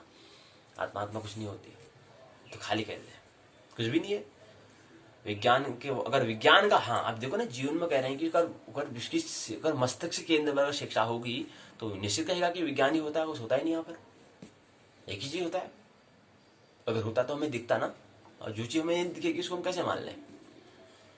अब उनका कहना भी ठीक है, क्योंकि जन्म से हमने क्या करा, मस्तिष्क केंद्रित शिक्षा दे रखी है, नाभि का, प्रेम का, ध्यान का कुछ अनुभव हमने कराया नहीं, तो उसका कहना भी क्या है, स्वाभाविक ही है। लेकिन बुद्ध के समय में क्या था, ऐसे हजारों लोग क्या कर रहे थे, और बुद्ध जैसे ही समय जो उसके सहपाठी जो है कहें, साथ में 8 लोग ऐसे ज्ञान का क्या कर रहे थे, अध्यात्म जगत की जो हमारा मूल जो बातें हैं, जो अप्रकट जो है, उसकी बातों को साझा दे रहे थे, उसके बारे में ज्ञान को प्रचार कर रहे थे, फैला रहे थे जन जन तक। और हजारों लोग उसके क्या थे, उसके जानने की ललक वाले थे कि हम भी जाने, हमारी भी तैयारी, हम भी जानना चाहते हैं। अब हमने प्राप्त हमने कर लिया, सारी जरूरत हमारी पूरी हो चुकी है, रोजी रोटी हम कमा ही ले ले हैं, मन हमारा था शांत नहीं हो रहा है, बताओ क्या होता है, ये मन क्या है, ये आत्मा क्या है, बताओ। तो उस बुद्ध के समय में हजारों लोग थे, 2500 वर्ष पहले की बात। लेकिन अब अगर कहीं हाँ अभी जो यही पूरी नहीं हो पा रही, कहाँ सुनेंगे आत्मा के बारे में, तो ये समय की बात है। तो जहां तक शास्त्र जो हम कह रहे हैं, शास्त्र का मतलब होता है सम्मत, यानी कि जिस समय, जिस सभ्यता के समय, जिस समय ज्योतिष का आविर्भाव हुआ, शास्त्र का मतलब केवल यही होता है कि उस समय जो व्यक्ति हैं, जो व्यक्ति जब यहाँ पर विज्ञान का काम जो चिंतन मनन कर रहे हैं, उस समय जो सभी का एक मत आया, सम्मत आया, सभी ने मत दिया, सभी का एक जैसा मत आया, सभी ने प्रयोग किया, एक निचोड़ बात आई, एक निष्कर्ष निकला, एक कंक्लूजन निष्कर्ष निकाला, उसको हमने शास्त्र कहा, उसको हमने शास्त्र कहा, उसको हमने, जिसको भी हम विज्ञान कहते हैं, जिसको भी हम साइंस कहते हैं। अब विज्ञान और शास्त्र में इतना ही फर्क है कि उस समय सभ्यता के द्वारा पिछली जो पौराणिक जो है, प्राचीन जो प्राच्य है, और ये पाश्चात्य है, मतलब वर्तमान की, यही अंतर, थोड़ा भेद है, क्योंकि सभ्यता और संस्कृति में भेद होता है, अंतर होता है। तो शास्त्र का मतलब सम्मत अर्थात 2500 वर्ष से पहले का जो समय जो था वो शास्त्र का था, 5000 वर्ष पहले का जो समय था वो शास्त्र का समय था। अभी 2500 वर्ष की, अब जो 2500 वर्ष से अब जो चला वो क्या होता है, विज्ञान का, उसका है। तो शास्त्र मतलब सम्मत हो गया, तो उसमें जातक शास्त्र मतलब जो हमारा उस समय जो व्यक्ति ने जाना था अध्यात्म के अंदर, जो अनिवार्य जगत है, उसके जगत को जानने का प्रयास जो व्यक्तियों के द्वारा जो एक मत जो दिया गया था जातक के बारे में, अर्थात व्यक्ति के बारे में, उससे परिचय होने का प्रयास हमने पहले जातक स्कंद नामक पहले खंड के अंदर पहली इकाई में समझा। तो जातक शास्त्र का परिचय। दूसरा राशिशील नामक द्वितीय इकाई जातक स्कंद नामक पहले खंड में हमने समझा कि राशिशील क्या होता है। राशि मतलब हमने कहा कि जिसमें क्या हो, नक्षत्रों के समूह को हम राशि कहते हैं, और राशि कितनी होती है, 12 होती है, हमने कहा। तो राशि का शील अर्थात राशि में हमने कहा तारे, तारों का स्वभाव कैसा होता है, उसका शील क्या है, उसका स्वभाव क्या है, उसका नेचर क्या है, ये समझने का प्रयास हमने जातक स्कंद नामक प्रथम खंड के राशिशील नामक द्वितीय इकाई में समझा। इसी क्रम में भाव विचार। भाव हमने कहा कि जो स्थान जो है, स्थान यानी कि खाने, स्थान, भाव जो हम कह रहे हैं, उसका विचार हमने करा। इनकी राशि थी कहीं एक स्थान, उसका एक स्थान तो होगा, एक जगह तो होगा, उस जगह की हम बात कर रहे हैं, स्थान की हम बात कर रहे हैं, स्पेस की हम बात कर रहे हैं कि राशि होगी। अब राशि मतलब तारा, तारा कहीं पर तो होगा ना, कहीं तो उसका स्थान जगह होगी, उस जगह की हम बात कर रहे हैं। और उस जगह कितने हैं, उस पूरे तारों को हमने 12 भागों में, 12 जगह में उसको रखा है। अब इसको हमने यहाँ पर भाव विचार यहाँ पर हमने किया कि भाव मतलब जो जगह है, उस जगह को हमने पूरा हमने स्थान जो भी पूरा मिला था, क्षेत्र मिला था, इस क्षेत्र को हमने 12 भाग में बांट दिए, उसको हमने कहा भाव। जातक स्कंद नामक पहले खंड के अंतर्गत हमने भाव विचार नामक तृतीय इकाई में ये समझा। भाव मतलब जगह, यानी कि स्थान। अब स्थान में कौन होंगे? तारे होंगे। उसको मैंने दूसरी इकाई में समझा था, राशिशील में समझा था। तीसरे में भाव विचार। चौथे में हमने समझा कारक विमर्श। कारक को, कार्य को करने वाला जो जनक है, कर्ता जो है, करने वाला जो है, उसको विमर्श हमने करा। अब कारक भी कौन होंगे? यहाँ पर ग्रह होंगे, ये हम बात करते हैं, क्योंकि ग्रह क्या है, थोड़ा नजदीक है, इसलिए हम ग्रह को हम कह रहे हैं। अब कार्य करने वाले तो होंगे सूर्य भी। अब हमने कहा कि जो हमारा सबसे नजदीकी जो तारा है वो 14 करोड़ 96 लाख किलोमीटर दूर स्थित है। 14 करोड़ 96 लाख किलोमीटर दूर जो हमारा नजदीकी जो तारा है, जहाँ से रोशनी को आने में 8 मिनट 22 सेकंड का समय लगता है। 8 मिनट 22 सेकंड का वक्त लगता है। दूसरा तारा 4 साल लग जाते हैं। तीसरा तारा 9 साल लग जाते हैं उसको वहां से प्रकाश की रोशनी में आने में। तो इसलिए तारे तो बहुत दूर है, इसलिए इसको मैंने स्थिर मान रखे हैं। क्या है? गतिशील नहीं होते, स्थिर होते हैं। अब भाई जहां से प्रकाश को आने में इतना समय लग जा रहा है, तो तारा हमें फिक्स ही रहेगा, स्थिर ही रहेगा, क्योंकि उसके रोशनी में आने में जहां 4 साल लग जा रहे हैं, रोशनी में आने में जहां 9 साल लग जा रहे हैं, और भी जो तारे होंगे उसको आने में और भी ज्यादा साल लगेंगे, तो रोशनी तो वहीं से आ रहे हुए दिखाई दे रही होगी, और तारा तो वहां से हट चुका होगा, और रोशनी वहीं से आ रही है। रोशनी वहीं से आ रही है। अब किसी जातक के बारे में भविष्यवाणी बतानी हो, तारे के बताना है, तो उसका जीवन तो 60 वर्ष का है, और कोई तारा ऐसा है जहां से उसको उसका समय बीते हुआ, देखिए रोशनी अभी तक भी नहीं पहुंची होगी इसके आने तक। उसका जीवन यहाँ से निकल जाएगा, उस जीवन से विदाई ले चुका होगा, लेकिन अभी भी रोशनी आ रही होगी वहां से। इतने दिन दूर में तारे स्थिर है। तो तारों का ज्यादा विचार हम नहीं करते हैं, क्योंकि बहुत दूर है। उसको तो हम नक्षत्रों में बात कर लेते हैं, लेकिन यहाँ पर कारक विमर्श में हम कारक में ग्रहों को लेते हैं, क्योंकि ग्रह क्या है, मतलब नजदीक है। सूर्य भी एक ग्रह है, बाकी अन्य तारे हमारे नजदीक है। ग्रह जो है नजदीक है, इसलिए ग्रह के यहाँ पर ग्रह को कारक हम कहते हैं। करने वाले जो है ग्रह को हम लेते हैं, क्योंकि तारे बहुत दूर है, इसलिए नहीं। तारे जो दूर है उनको हम नक्षत्र में रख लेते हैं, और वो नक्षत्र में वही तारे जो नजदीक हैं बहुत सारे। अब हम तारे कहते हैं, तारे के अंदर हम कहते हैं नक्षत्र के समूह कहते हैं, 27 नक्षत्र कहते हैं, उसमें तारे आते हैं। जैसे मैंने पुष्य नक्षत्र का, उसमें 3 तारे आते हैं। तारे तो असंख्य हैं, लेकिन वो भी नजदीक जो तारे हैं उसके हिसाब उनको हमने रखा है। वो जो नक्षत्र जो हम बता रहे हैं, 27 नक्षत्र जो कह रहे हैं, जैसे पुष्य नक्षत्र में 3 है, ऐसे ही 27 नक्षत्रों जो हम बता रहे हैं, उसमें जितने तारे होंगे उतनों का योग मिला करके 200-300 तारों को हमने लिया है। 200-300 तारों को, अभी 200-300 ही तारे हैं, तारे तो असंख्य है, लेकिन थोड़ा नजदीक जो तारे हैं उनको हमने गणना हमने की है नक्षत्र में। कारक वर्ष हमने जातक स्कंद नाम प्रथम खंड के अंदर चतुर्थ इकाई कारक वर्ष को समझा। फिर द्वितीय खंड में प्रवेश किए, स्नातक द्वितीय वर्ष के पहला प्रश्न पत्र की हम बात करें, जातक शास्त्र फल सिद्धांत नामक इकाई की हम बात करें। द्वितीय खंड में ग्रहभाव विचार किया। पहले इकाई का नाम था विविध परिप्रेक्ष्य में ग्रहों का शुभ और अशुभ तत्व क्या होता है। ग्रहों का शुभ और अशुभ क्या होता है, मतलब ग्रहों का स्वभाव के अनुकूल और स्वभाव के प्रतिकूल। अनुकूल को शुभ कहते हैं, प्रतिकूल को हम अशुभ कहते हैं। हमने पहली इकाई में। दूसरी इकाई में ग्रह का बल क्या होता है, उसकी ताकत क्या होती है, उसकी क्षमता क्या होती है, उसकी पावर क्या होती है, ये हमने समझा इकाई दूसरे में। तीसरी इकाई में भाव का बल क्या होता है। वही कह रहे हैं भाव मतलब स्थान की जगह, उन जगहों को हमने बांटा, तो इसका ये जगह है, ये जगह ये जगह में रखा, जिसको हम क्रम से पहला द्वितीय तृतीय 12 जगह हम कहते हैं, 12 भाव कहते हैं, उनका बल क्या होता है भावों का।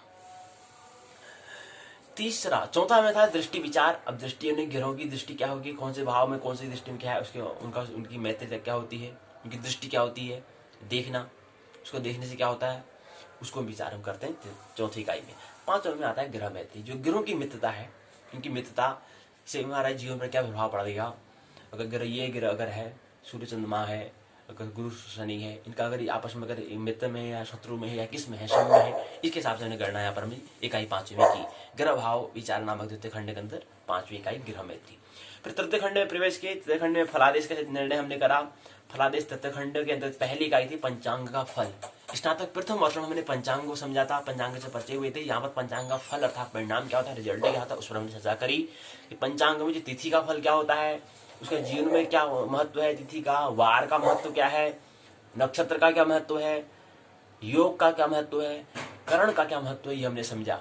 अब हमने कहा कि पंचांग फल में हमने कहा कि 5 अंग होते हैं, मुख्य अंग, ख्याल रही मुख्य अंग, हम 5 अंगों की बात करते हैं, होने में और चीज भी होता है, लेकिन 5 अंग क्या होते हैं, तिथि, वार, नक्षत्र, योग, करण। अब तिथि हमने कहा कि 30 तिथियां होती हैं, जिसमें 14 एक पूर्णिमा एक अमावस्या।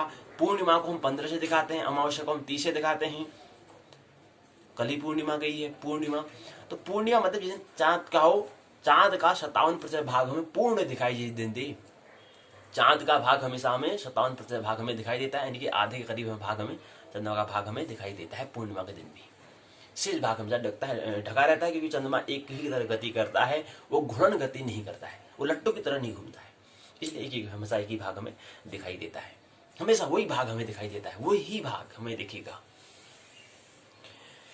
तो ये हमने कहा कि पंचांग में तिथि हमने कहा कि पूर्णिमा, अमावस्या, 30 तिथियां होती हैं, और 2 पक्षों में उसको तिथियों को हमने रखा है।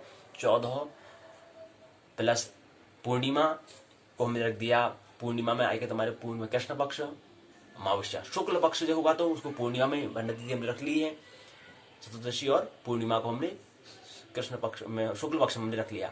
कृष्ण पक्ष में हमने अमावस्या आती है तो वो चतुर्दशी तिथि होगी प्लस अमावस्या हो गया, तो इस तरह से 15-15 हमने कहा। तो एक पक्ष का हमने को कहा कृष्ण पक्ष, एक को हमने शुक्ल पक्ष कहा। शुक्ल पक्ष में पूर्णिमा होती है, कृष्ण पक्ष में अमावस्या होती है, ये हमने कहा। फिर इसी क्रम में हमने कहा कि तिथि बताया, तिथि का क्या परिणाम होता है कि ये तिथि में अगर हमारे प्रतिवेदा में, द्वितीया में, तृतीया में, चतुर्थी में, पंचमी, षष्ठी, सप्तमी, अष्टमी, नवमी, दशमी, एकादश, द्वादश, त्रयोदश, चतुर्दशी, और उसके बाद पूर्णिमा में अगर पूर्णिमा अर्थात शुक्ल पक्ष में अगर हमारा जन्म हो रहा तो उसका क्या फल होता है। क्योंकि तिथि का मतलब, तिथि का परिणाम मतलब यही हमने समझा कि उस तिथि में अगर हमारा जन्म हुआ है, यही अगर कृष्ण पक्ष की प्रतिवेदा, द्वितीया, तृतीया, चतुर्थी, पंचमी, षष्ठी, सप्तमी, अष्टमी, नवमी, दशमी, एकादश, द्वादश, त्रयोदशी, चतुर्दशी और अमावस्या में अगर जन्म हुआ है, अर्थात कृष्ण पक्ष में अगर जन्म हुआ तो उसका फल क्या होता है। पहले अंग में हमने ये समझने का प्रयास किया। दूसरा कहा था वार, और हमने कहा वार का मतलब सूर्य उदय आज हुआ है, अगले सूर्योदय होने के बीच का जो मध्य समय है उसको हम वार कहते हैं, अर्थात वार हम साथी कहते हैं, क्योंकि उसमें 7 ही ग्रह थे, इसलिए 7 वार से हमने क्रम से हमने एक दिन क्या है, एक ग्रह को हमने दिया। पहले में हमने सूर्यवार कहा, दूसरे को हमने चंद्रवार कहा, फिर अगले को हमने मंगल कहा, फिर बुध कहा, फिर बृहस्पति कहा, फिर बृहस्पति, शुक्र कहा, फिर शनि कहा। तो प्रत्येक ग्रह को एक ग्रह को एक हमने दिन दे दिया है। फिर इसी क्रम में नक्षत्र की हमने बात की, पूरे तारों को हमने 12 है जो तारे हैं वो तारों को हमने, अब हमारा नक्षत्र के हिसाब, जैसे पुष्य नक्षत्र में 3 तारे हैं तो अन्य नक्षत्रों में कितने तारे हैं उनकी हिसाब करेंगे, जितने तारे आएंगे उसको योग को हमने क्या कहा, नक्षत्र हमने कहा। पूरे जो हमारा पृथ्वी के आसपास जो तारे आ रहे हैं, जो पृथ्वी के जितना स्वभाव जितना है, मतलब जितना क्षेत्र करीब है उसको फिर उसके ऊपर जो आसमान जो आकाश जो है उसको हमने बांटा, उसको हमने भचक्र कहा। वो पूरे भचक्र को हमने भौचक्र कहा। चक्र मतलब पृथ्वी के इर्द गिर्द जो तारे हैं उसको हमने भचक्र कहा। उसका ही हमने भव मतलब भूमि से बना, एक इस भूमि के ऊपर जो एक चक्र बन रहा है उसको हमने भचक्र कहा। और उस चक्र के अंदर वर्त में जितने तारे आते हैं उनको हमने 27 भागों में बांटा, उनको हमने नक्षत्र कहा। जिसे पुष्य नक्षत्र में 3 तारे होते हैं, ऐसे अश्विनी, भरणी, कृत्तिका से लेकर रेवती तक प्रत्येक नक्षत्र में भिन्न भिन्न तारे होंगे। तो उसको हमने भचक्र में जितने तारे आए उनको तारे को हमने नक्षत्र कहा। तो इसको नक्षत्र 27 भागों में हमने बांट दिया, उनको हमने 27 नक्षत्र कहा। तो ये हमने तीसरे में नक्षत्र, चौथे में योग, 27 योग होते हैं। चंद्रमा और सूर्य के योग से जो बनता है, योग में होता है उनके मिलन से जो बनता है, जितना जो योग बन रहा है उसको हम 27 योग हमने कहा। वो हमने समझा उसका फल क्या होता है, कौन सा योग में हमारा जन्म हुआ है, सिद्धि योग में हुआ है ये वाला। फिर इसी क्रम में कहा कि योग के बाद कर्ण, 11 कर्ण होते हैं। 11 कर्ण में, ये वाला कर्ण में अगर हमारा जन्म हो रहा तो उसका क्या फल है, इसको समझने का प्रयास हमने इकाई पहले में। फलादेश निर्णय तृतीय खंड नाम पहला इकाई जो थी पंचांग फल। दूसरा था भाव स्थित ग्रह फल। अगर भाव में कोई स्थित मतलब मौजूद कोई ग्रह है तो उसका फल क्या होता है भाव में। अगर पहले में, दूसरे में, जो हमने कह रहे हैं कि स्थान को हमने 12 भागों में बांटा है, तो पहले भाव में, दूसरे भाव में, तीसरे भाव में, चौथे भाव में, 5वें में, 6वें में, 7वें में, 8वें में, 9वें में, 10वें में, 11वें, 12वें भाव में जो बैठा है। अब पहले भाव को हम लग्न कहते हैं, शरीर को हम देखते हैं, दूसरे को हम कहते हैं कि तीसरे को देखते हैं। फिर उन भाव में अगर कोई ग्रह बैठा है तो उसका उस ग्रह में का क्या फल होगा उसको हम देखने का प्रयास हमने यहाँ पर द्वितीय इकाई में करा। तृतीय इकाई में भावेश फल। भावेश फल मतलब होता है कि जो भाव का ईश मन होता है, ईश्वर जो हो, जो मालिक जो हो, उसका फल क्या है। अब जैसे पहले भाव में सूर्य बैठा है, सूर्य क्या है भावेश, वहां पर क्या है सूर्य भावेश है। अगर वो भावेश कहीं दूसरे घर में बैठा है, भावेश का फल क्या होता है। अगर भावेश अगर यहाँ पर दूसरे भाव अन्य भाव में बैठा है तो उसका क्या फल होगा।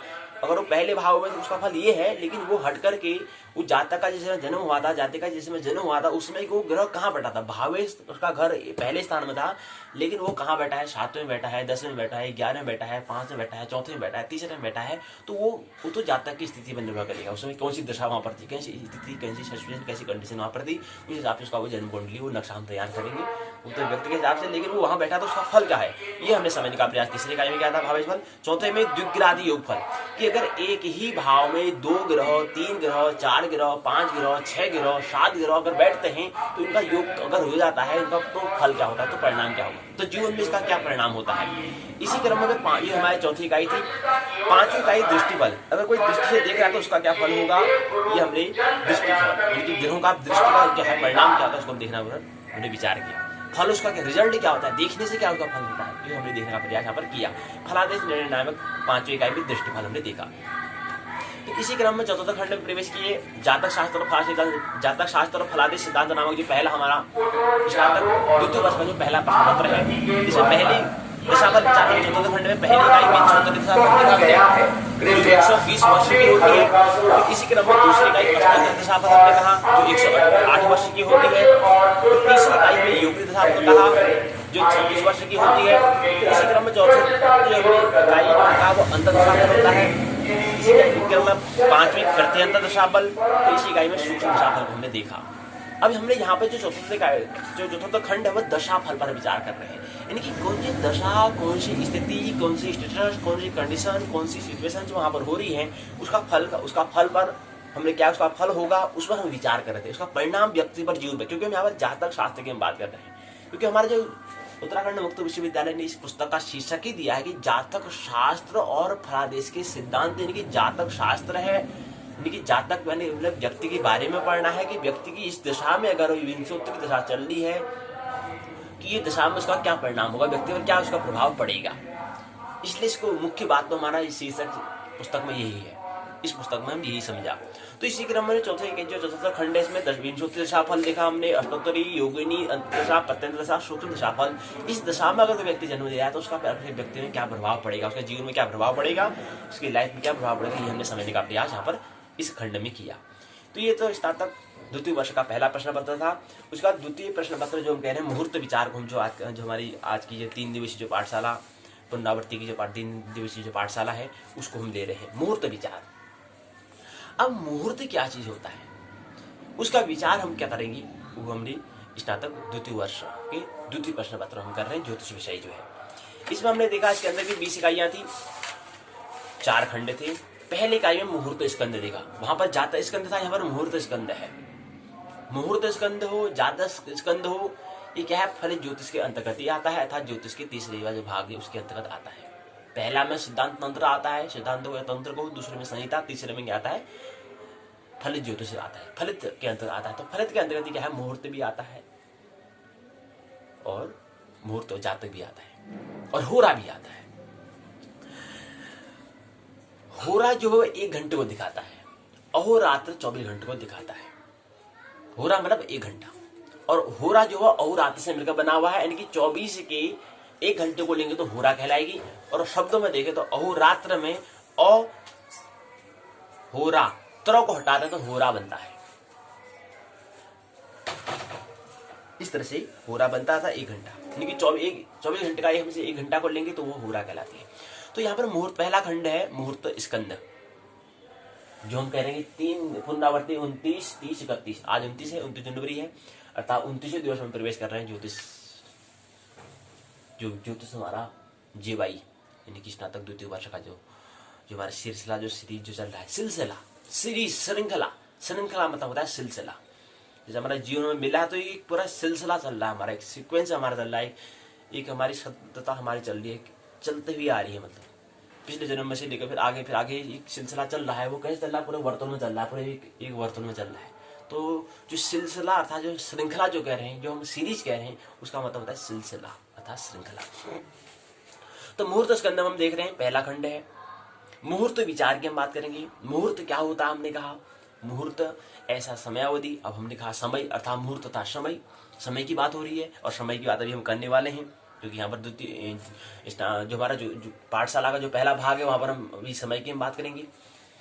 काल की बात कर रहे हैं, क्योंकि दूसरे खंड में काल कौन सा मेरे स्नातक प्रथम वर्ष दूसरा खंड जो है स्नातक प्रथम वर्ष का जो पहला प्रश्न पत्र जो है ब्रह्मांड एवं काल, पहले तो खगोल के बारे में 6 इकाई, दूसरे खंड में क्या है फिर काल के बारे में, समझ रहे हैं।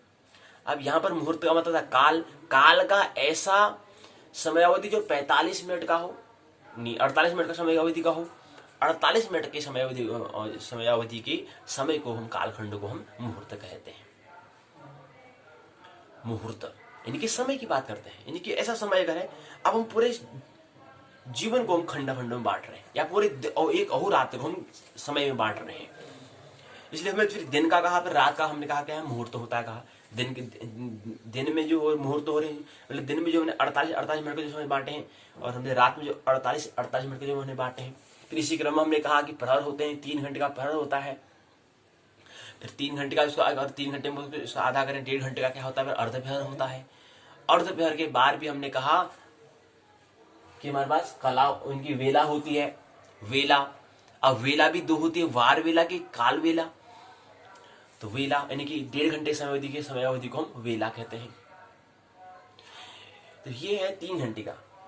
और यहाँ पर मुहूर्त की बात करो 48 मिनट की बात कर रहे हैं, यानी कि वेला के बाद छोटा समय क्या होता है फिर, क्योंकि तो एक 90 मिनट का है, ये तो 48 मिनट का समय है, ये तो 48 मिनट का समय का अवधि का मुहूर्त हम कहते हैं। तो काल की बात करते हैं, लेकिन याद है समय भी क्या है स्थिर, हम मान लेते हैं, क्योंकि स्थिर है, कह रहे हैं कि 48 मिनट का समय अवधि कह रहे हैं कि उसमें हमने क्या किया, उस समय कौन सी स्थिति क्या है, उस समय कौन सा हमें काम करना चाहिए, उसकी हम बात करते हैं, तो मुहूर्त हम उसको कहते हैं।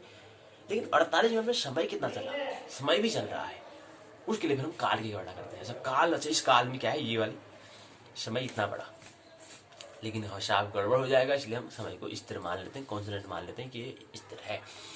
मुहूर्त पर जाता है 48 मिनट समय में हमें कौन सा मुहूर्त है, इसलिए मुहूर्त का भी हमने नामकरण कर रखे हैं। जैसे व्यक्ति का जातक का हम नामकरण करते हैं, ठीक है ये व्यक्ति ऐसी स्थिति में जन्म हुआ, ऐसी स्थिति में जन्म हुआ, तो इसके इस हिसाब से इसका नई नामकरण रख देंगे, इसका नाम ये रख देंगे, क्योंकि इसकी इस स्थिति में इसने जन्म हुआ है और इसका नाम भी इस स्थिति के अनुसार ही होना चाहिए, इसलिए इसका नामकरण ये हम रख देंगे, क्योंकि इसका स्वभाव क्या है, इसमें ऐसा स्वभाव बना है, ऐसी स्थिति बनी है, ऐसा ढंग बना है, इसलिए इसका नाम ये रख देंगे। तो ऐसे ही मुहूर्त का भी एक समय है, मुहूर्त का इस समय भी ये होता है, इस समय ये होता है, समय का भी एक महत्व होता है। तो इस समय में ये होता है, उसको ब्रह्म मुहूर्त कहेंगे, इस समय ये होगा तो ये वाला मुहूर्त कहेंगे, इस वाला कहेंगे, इस वाला मुहूर्त कहेंगे। तो मुहूर्त का भी हमने क्या है नामकरण करे हैं।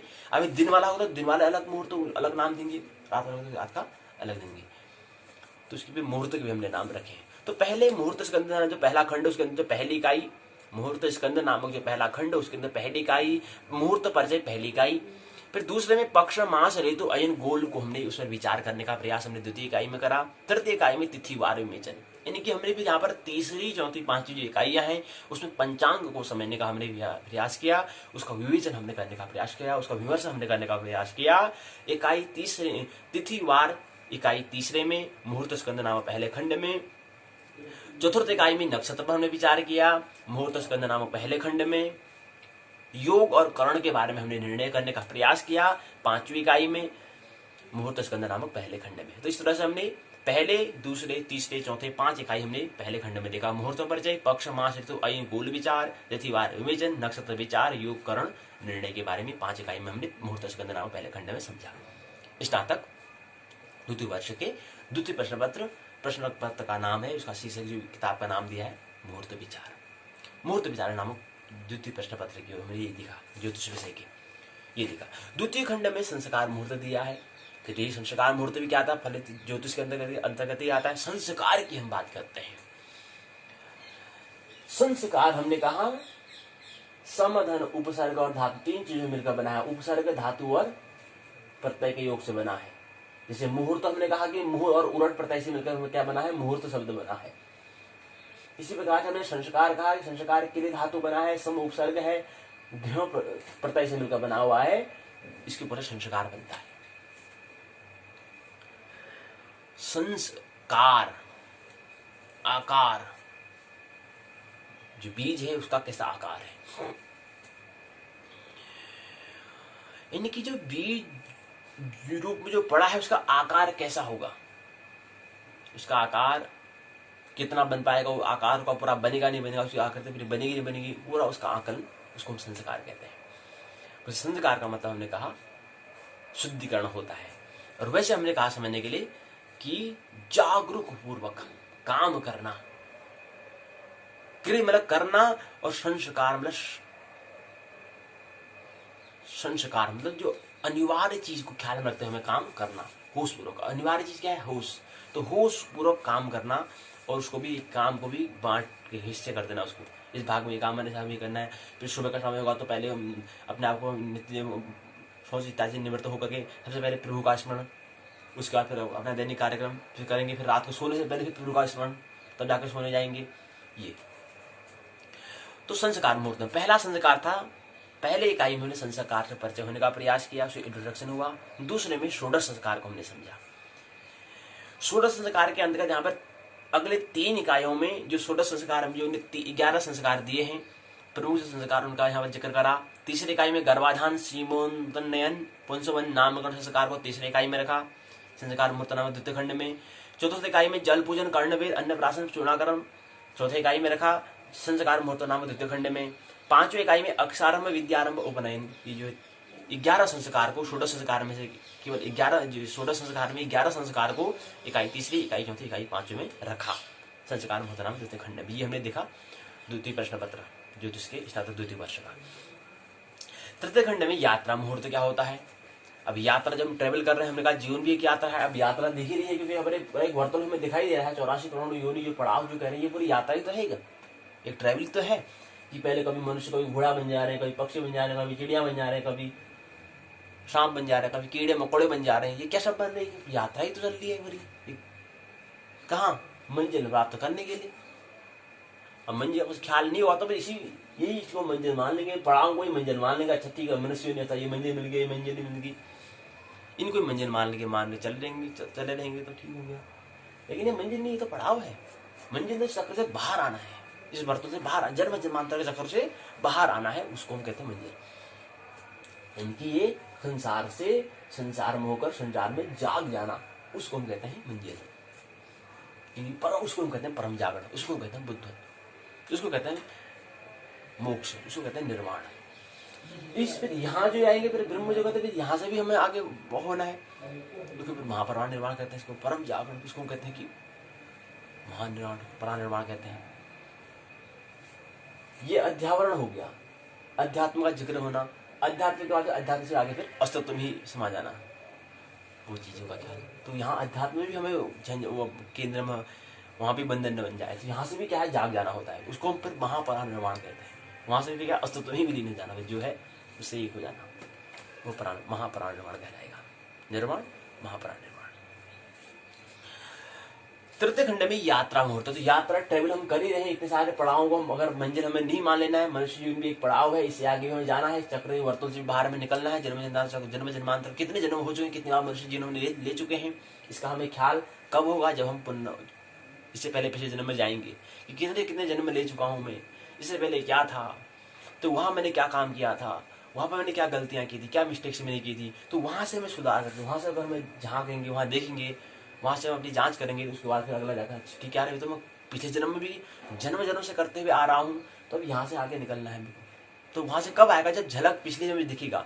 और इसके लिए हमें इसको कहते हैं विज्ञान, जो अतीत के बारे में देखे, और ज्योतिष क्या भविष्य के बारे में। अगर तुम अतीत तुमने देख लिया, तो अतीत से फिर हम भविष्यवाणी करेंगे। अतीत में तुम्हारी ये स्थिति रही है, तुम इसमें पिछले जन्म में तुमने यही काम किया था, इस जन्म में तुम होश पूर्वक अभी नहीं हो पा रहे हो, तो अगले जन्म में फिर यही काम करोगे। तो कोई व्यक्ति किस जन्म के बाद, कितने जन्म के बाद इस वर्तुल से बाहर आएगा, या कितने जन्म लगेंगे इसको भी परम जागरण को प्राप्त करने के लिए, इस सब की खोज ज्योतिष में है।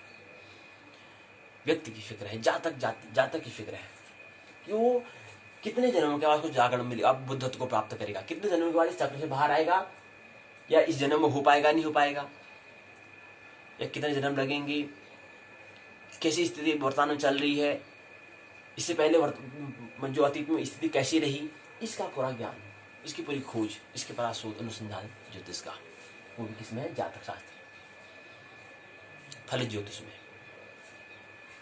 इसके चक्र चल रहे हैं, योग जो चक्र बोलता है। अब चक्र जो हम कह रहे हैं, वो चक्र क्या है, वो चक्र जो हमारे आत्मा, जो हम जिसे हम अध्यात्म कह रहे हैं, और जो अध्यावरण के बीच में जो संयोग जो बने, जो हमें जुड़ा हुआ है, उनको, वो संयोग 7 बिंदु से मिले हुए हैं, उनको हमने चक्र कहा। उनको हमने योग में भाषा में चक्र कहते हैं। जहां पर उसको जो मिलते हैं, जहां पर दोनों का मिलान हुआ है, क्योंकि दो चीजें यहाँ पर मिली है तो उनका जो मिले हैं तो वहां पर चक्र हम उसको कहते हैं। जैसे हम कह रहे हैं कि 7 चक्र हमारे होते हैं, आज्ञा चक्र से लेकर के 7 चक्र हमारे होते हैं। तो यहाँ पर जो हमारा जो अध्यावरण और अध्यात्म जो है, उनके योग से जहां पर संयोग जो है, जहां पर वो मिलते हैं, उन मिलने वाले बिंदु को हम चक्र कहते हैं। उनको योग की भाषा में उसको चक्र कहा जाता है। तो चक्र, कितने चक्र चल रहे हैं? अच्छा, एक चक्र चल रहा है। एक चक्र तो प्रकृति के द्वारा ही होता है। अन्य शेष चक्र चल रहे हैं। 6 चक्र जो है चल रहे हैं, जो आध्यात्म और अध्यावरण के बीच का जो संयोग करने वाले जो है ये चक्र, हलचल कितनी हो रही है इन चक्र में, गति कितनी हो रही है। अगर 2 चक्र चल रहे हैं तो ठीक, 2 चक्र चल रहे हैं तो इसका मतलब इसको और इतने जन्म लगेंगे तब जाके इसका निर्माण होने वाला है। ये सब क्या है? चक्र के बारे में, रेखाओं के बारे में, मातृका में, ये सब क्या है? सूक्ष्म बातें हमारी क्या है? तो किसका वाणी कैसी है, किसका तिल कैसा है, शरीर में निशान कैसे हैं, ये सब क्या है? स्थूल भी और सूक्ष्म भी क्या है? व्यक्ति के जीवन में जो भी है वो ज्योतिष के जातक का, मतलब ज्योतिष, फल ज्योतिष का अंतर्गत ज्योतिष का क्या है? हिस्सा है। ज्योतिष की खोज है, ज्योतिष का शोध है, ज्योतिष का अनुसंधान है, रिसर्च है। यात्रा है, इतने सारे यात्रा है, इतने सारे यात्रा में ये सब यात्रा कर रहे हैं, अलग भिन्न भिन्न पड़ाव हैं। लेकिन ये यात्रा तब तक चलती रहेगी जब तक हमें मंजिल नहीं मिल जाए, जब तक कि हम मोक्ष हमें नहीं मिल जाए, जब तक हमें निर्माण नहीं मिल जाए, जब तक हमें प्रभु से मिलन न हो जाए, आत्मा का परमात्मा से मिलन न हो जाए, तब तक ये यात्रा चलती रहेगी। कंटिन्यूअस ट्रेवल यात्रा चलती रहेगी।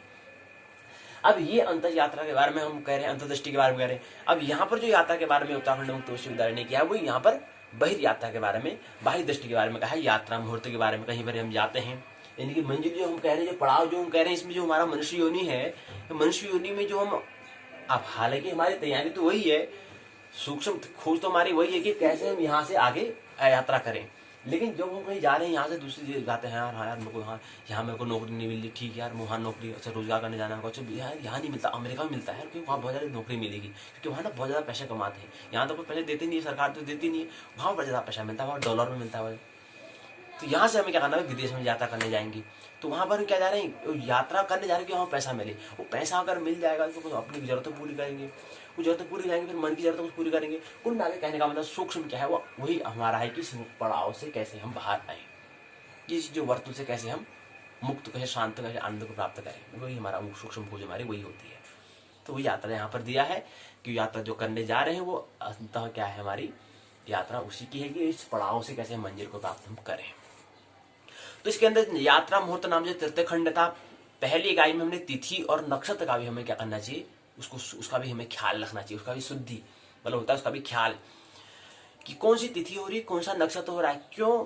आपकी तिथि अगर ये है और अभी तिथि ये चल रही है, इन दोनों के मध्य में क्या संयोग है, कैसा संयोग है? आपके अनुकूल होगा या प्रतिकूल होगा? आपका मित्र का काम करेगा, शत्रु का काम करेगा?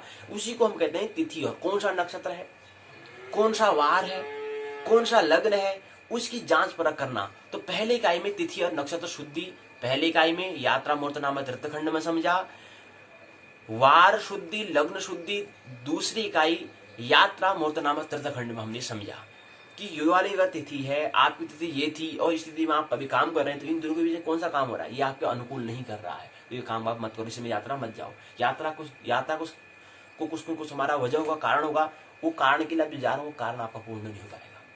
क्यों? इसलिए हमें क्यों नहीं हुआ? तो अनिवार्य की अभी इच्छा, अनिवार्य की दृष्टि क्या है उसका ख्याल रखना। अगर अनिवार्य की अगर मर्जी नहीं होगी तो काम नहीं होगा, कोई भी ऐसा काम नहीं हो सकता है। तो इसलिए तिथि का भी हमें, नक्षत्र का भी, वार का भी, लग्न का भी हमें ख्याल रखना, शुद्ध करना हमें चाहिए कि इस पर क्या होगा, ये जो घटना हो इस पर क्या प्रभाव पड़ेगा, इसकी खोज। इसके बाद तृतीय इकाई में हमने घात का मतलब हमने विचार करा, फिर यात्रा में शकुन का विचार हमने किया चतुर्थ इकाई में, तीसरी इकाई में घात विचार। घात मतलब होता है कि हमने कहा कि घात मतलब होता है हमारे प्रतिकूल उसका प्रभाव पड़ना, यानी कि प्रभाव पर, इफेक्ट पर विचार करना, उसका प्रभाव क्या होगा। घात का मतलब प्रभाव। अब आघात कहते हैं मतलब पीटना। अब जैसे धातु को हम आघात करेंगे तो वो चादर की तरह बन जाती है, कहते हैं साइंस में कहते हैं कि जो धातु है इसको जितना पीटते हैं वो क्या बनते हैं? चादर का आघात करते हैं, पीटते हैं तो उसको आकार क्या कहता है? चादर बन लेता है। कोई धातु है इसको पीटते पीटते हुए आकार बन जाता है। कोई भी दे दे पदार्थ में, चादर कैसे बनता है, चादर ऐसी नहीं बनी, इसको पीट पीट हमने बनाया तो क्या भी उसका चादर का आकार बन गया। वो धातु थी, पहले दूसरा उसका आकार था, अब दूसरा आकार को बदल गया। तो आकार धातु में क्या था, तन्यता गुण पाया जाता है, यानी कि क्या होती है, खींच सकती है। यानी कि पहले दूसरा आकार था, अब दूसरा आकार था, लेकिन कैसे बनी, इसको पहले हमने आघात किया। घात का ही क्या है, आघात करना, पीटना। ऐसे ही आघात का मतलब, घात का मतलब होता है कि हमारे विचार उसका करना, कि हमारा उसका जो स्थिति जो है, प्रभाव जो है उस पर विचार करना। घात का मतलब होता है प्रभाव, कि कैसा इसका प्रभाव होगा, उस पर विचार करना। इफेक्ट पर हम बात कर रहे हैं। और आघात का मतलब होता है पीटना। चादर का आकार पहले ऐसे था, पीटा पीटा, धातु थी, उसका धातु पहले कुछ और आकार की थी, पीटा पीटा पीटा तो चादर बन गई। उसका मतलब यहाँ से ये समझ में आया कि धातु में क्या है, तन्यता गुण पाया जाता है, अर्थात फैलने का गुण, फैलाव का गुण पाया जाता है धातु में।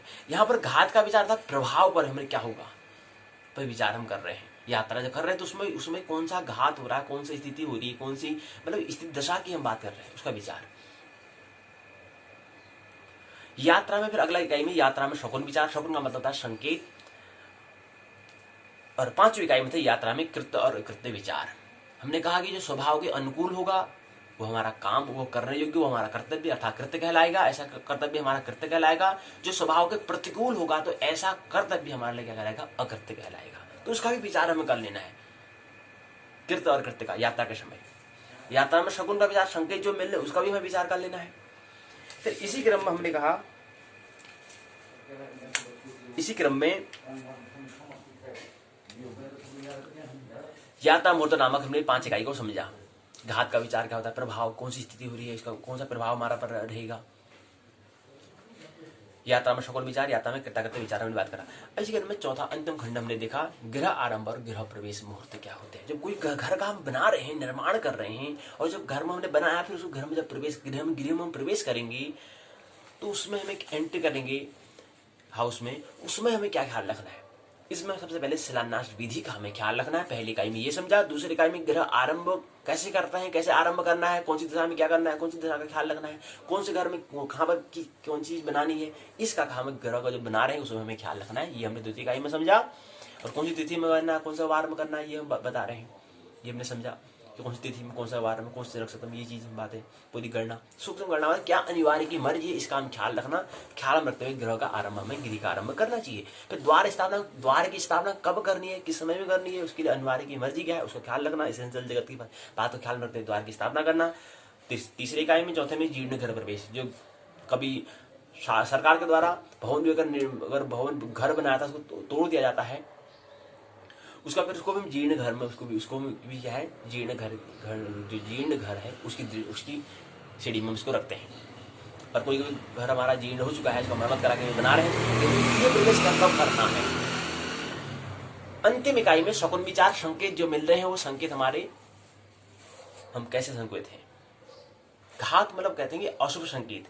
घात का मतलब होता है जो प्रभाव, जो वो अशुभ, जो अशुभ संकेत को हम, जो संकेत क्या हो हमारे स्वभाव के प्रतिकूल हो, उसको हम घात कहते हैं।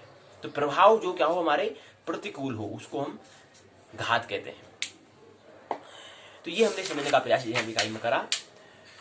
चतुर्थ इकाई में गृह आरंभ, गृह प्रवेश में बात करी। इसमें पहले शिलान्यास, दूसरे गृह आरंभ, तीसरे में द्वार स्थापना, चौथे में जीर्ण घर प्रवेश, पांचवें में शकुन विचार। 5 इकाई में समझा। इस तरह से हमने 20 इकाई को हमने समझा। तो आज की पाठशाला में हमने, पाठशाला के भाग 2 में हमने स्नातक द्वितीय वर्ष के दोनों प्रश्न पत्रों को संयुक्त रूप में हमने संयुक्त जो पाठ्यक्रम जो दिया था उसको समझने का हमने प्रयास, आज की संक्षिप्त में हमने समझने का प्रयास आज की पाठशाला में किया। पहले स्नातक द्वितीय वर्ष का जो पहला प्रश्न पता, जातक शास्त्र और फलादेश के सिद्धांत नामक में 20 इकाइयां 4 खंड में रखी गई हैं। पहले में 4, दूसरे में 5, तीसरे में 5, चौथे में 6।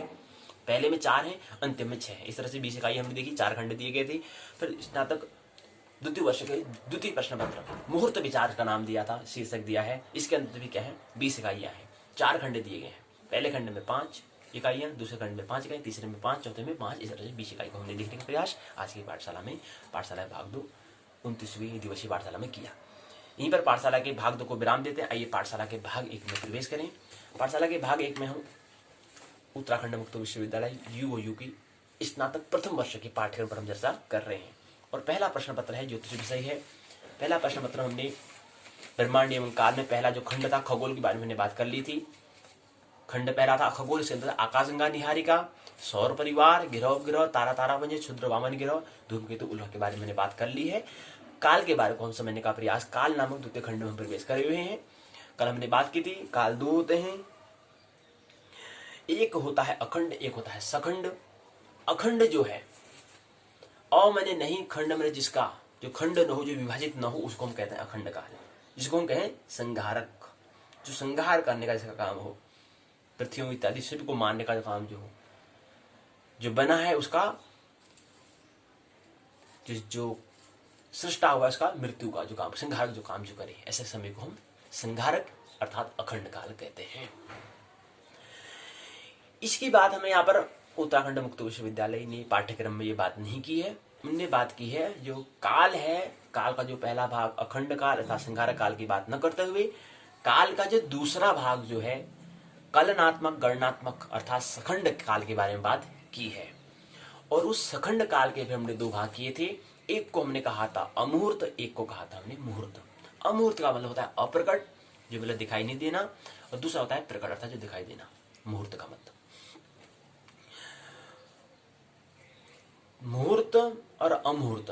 अमुहूर्त को हम पहले ले लेंगे, इनके पहले इकाई में हम अमुहूर्त काल को, इसके अंतर्गत आने वाले जो त्रुटि आदि जो काल आदि जो है, जो गणना वाले जो हमने ली है, त्रुटि जो भी इसमें आएंगी, त्रुटि से हम प्रारंभ करेंगे। पहले क्रम में त्रुटि आती है तो त्रुटि से प्रारंभ हम करेंगे। अमूर्त काल में पहले त्रुटि को हम समझने का प्रयास करेंगे। पहली इकाई में अमूर्त काल के अंदर पहली त्रुटि को समझेंगे। दूसरी इकाई में काल जो है मुहूर्त काल को समझेंगे। मुहूर्त काल में पहले प्राण को हम समझेंगे। उसके बाद सप्ताह, पक्ष, मास, अधिमास, 6 मास के बारे में समझेंगे। ऋतु, ऐन, गोल, वर्ष के समझेंगे। युग, महायुग, मनु, कल्प और परार्ध को हम समझने का प्रयास हम करेंगे। आइए आज की पाठशाला में हम अमुहूर्त काल के अंतर्गत जो त्रुटि आदि जो काल, जो अमुहूर्त काल को आइए समझे। कहने का मतलब है आज की पाठशाला में अमुहूर्त काल को हम आइए समझे। अमुहूर्त काल क्या होता है? अमुहूर्त काल में हमने कहा, यहाँ पर हमने कहा कि इसके दो भाग होते हैं। एक, अब जो हम कह रहे हैं कि जो अमुहूर्त जो हमने कहा, अमुहूर्त का मतलब होता है सूक्ष्म। बात को समझे। जैसे हमने कहा कि अखंड को हम संहारक भी कहते हैं, सखंड को हम कलनात्मक या गणनात्मक भी हम कहते हैं, हिसाब किताब जो रखने वाले हैं। अब जो सखंड जो है कलनात्मक, जो इसके दो भाग हमने कहा, एक को हमने कहा अमुहूर्त, एक को कहा हमने मुहूर्त। अब जो अमुहूर्त है उसको हम सूक्ष्म नाम भी कैसे हम जानते हैं, और जो मुहूर्त है उसको हम स्थूल नाम से हम जानते हैं। तो इसलिए हमने कहा कि दो भाग होते हैं, एक सूक्ष्म एक स्थूल। अब सूक्ष्म का मतलब समझना कि हम अमुहूर्त की बात कर रहे हैं, और स्थूल का मतलब हम मुहूर्त की बात हम कर रहे हैं। अब मुहूर्त में अब पहले हम बात करेंगे सूक्ष्म की, इनके माइक्रो की बात करेंगे, बाद में करेंगे माइक्रो की। माइक्रो और माइक्रो की बात में बाद में करेंगे। इनकी पहले सूक्ष्म की, माइक्रो की, फिर बाद में मैक्रो की हम बात करेंगे। आइए इसमें हम देखते हैं कि जो सूक्ष्म समय है उसको हम अमुहूर्त कहते हैं। तो उसकी परिभाषा बनती है कि जो सूक्ष्म होने का अमुहूर्त कहलाता है। इसमें सबसे पहले त्रुटि आती है।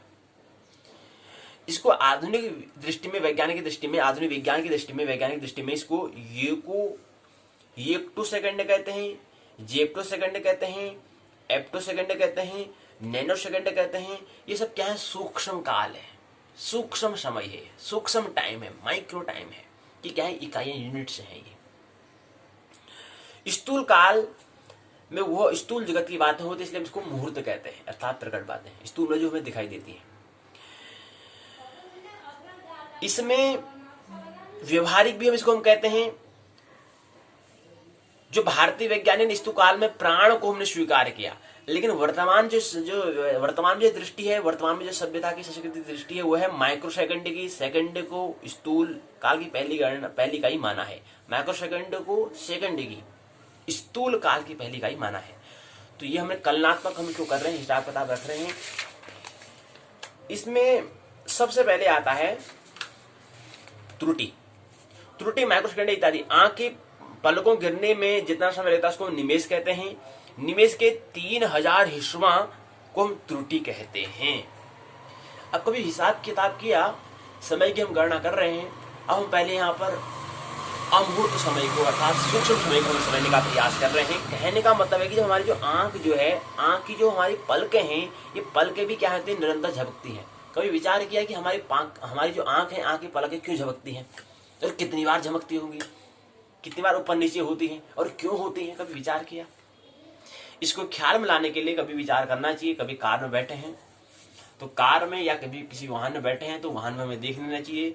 कभी बारिश हो रही है, कल्पना करें बारिश हो रही है और वाइपर चल रहे हैं। वो वाइपर क्या काम कर रहा है? वो वाइपर क्या काम कर रहा है? पानी को हटाने का काम कर रहा है। ऐसे ही अगर हम कुछ समय नहीं अगर झपकाएं, पलक को ऊपर नीचे न करें, तो हमारे आंखों से आंसू आने प्रारंभ हो जाएंगे। तो वो जो काम इस वाहन में जो वाइपर का जो काम कर रहा है, वही वाइपर का काम यहाँ पर हमारे आंख की हमारी पलकें काम करती हैं। और ये पलकें झपकने में आपकी समय कितना लगता है? इस पलकों को, आंख की पलकों को गिरने में जितना समय लगता है, उसको मनुष्य की दृष्टि में उसको निमेष कहते हैं। शास्त्र की दृष्टि में उसको निमेष कहते हैं। और निमेष का 3000वां हिस्सा भाग जो है वह कहलाता है त्रुटि। अब समझो हम कितने सूक्ष्म समय को, कितने हम अमुहूर्त काल को समझने का प्रयास कर रहे हैं, क्योंकि पहले यहां पर त्रुटि को हमें समझना है। अब त्रुटि कितना छोटा होता है, पलक जो झपक रही है उसमें कुछ समय लग रहा होगा, उसका 3000वां हिस्सा क्या कहलाता है, उतना छोटा समय, उसको हम कहते हैं त्रुटि। है नहीं है मुहूर्त, है नहीं है अमुहूर्त समय, है नहीं है सूक्ष्म समय, है नहीं है माइक्रो समय, माइक्रो टाइम। जी हाँ, बिल्कुल माइक्रो टाइम है। कौन करे, पलक गिरने में कितना समय लगे, क्या फर्क पड़ता है कितना समय है, मतलब कितना बज गया से बजे से मतलब है जी, समय कितना हो रहा है, अच्छा ठीक। पलक गिरे हुए कितना समय लगे उसका हिसाब किताब से मेरे क्या लेने देना? कोई पैसा मिल रहा है क्या बताने से? कौन देखें, गिर रहा है तो गिरने दो। और गिर रहा है, इसका विज्ञान का मतलब क्या है? विज्ञान का मतलब है कि ये पलकें गिरती हैं, इसका क्या कुछ तो वजह होगा इसे गिरने का, पलक झपने का कुछ तो वजह होता होगा।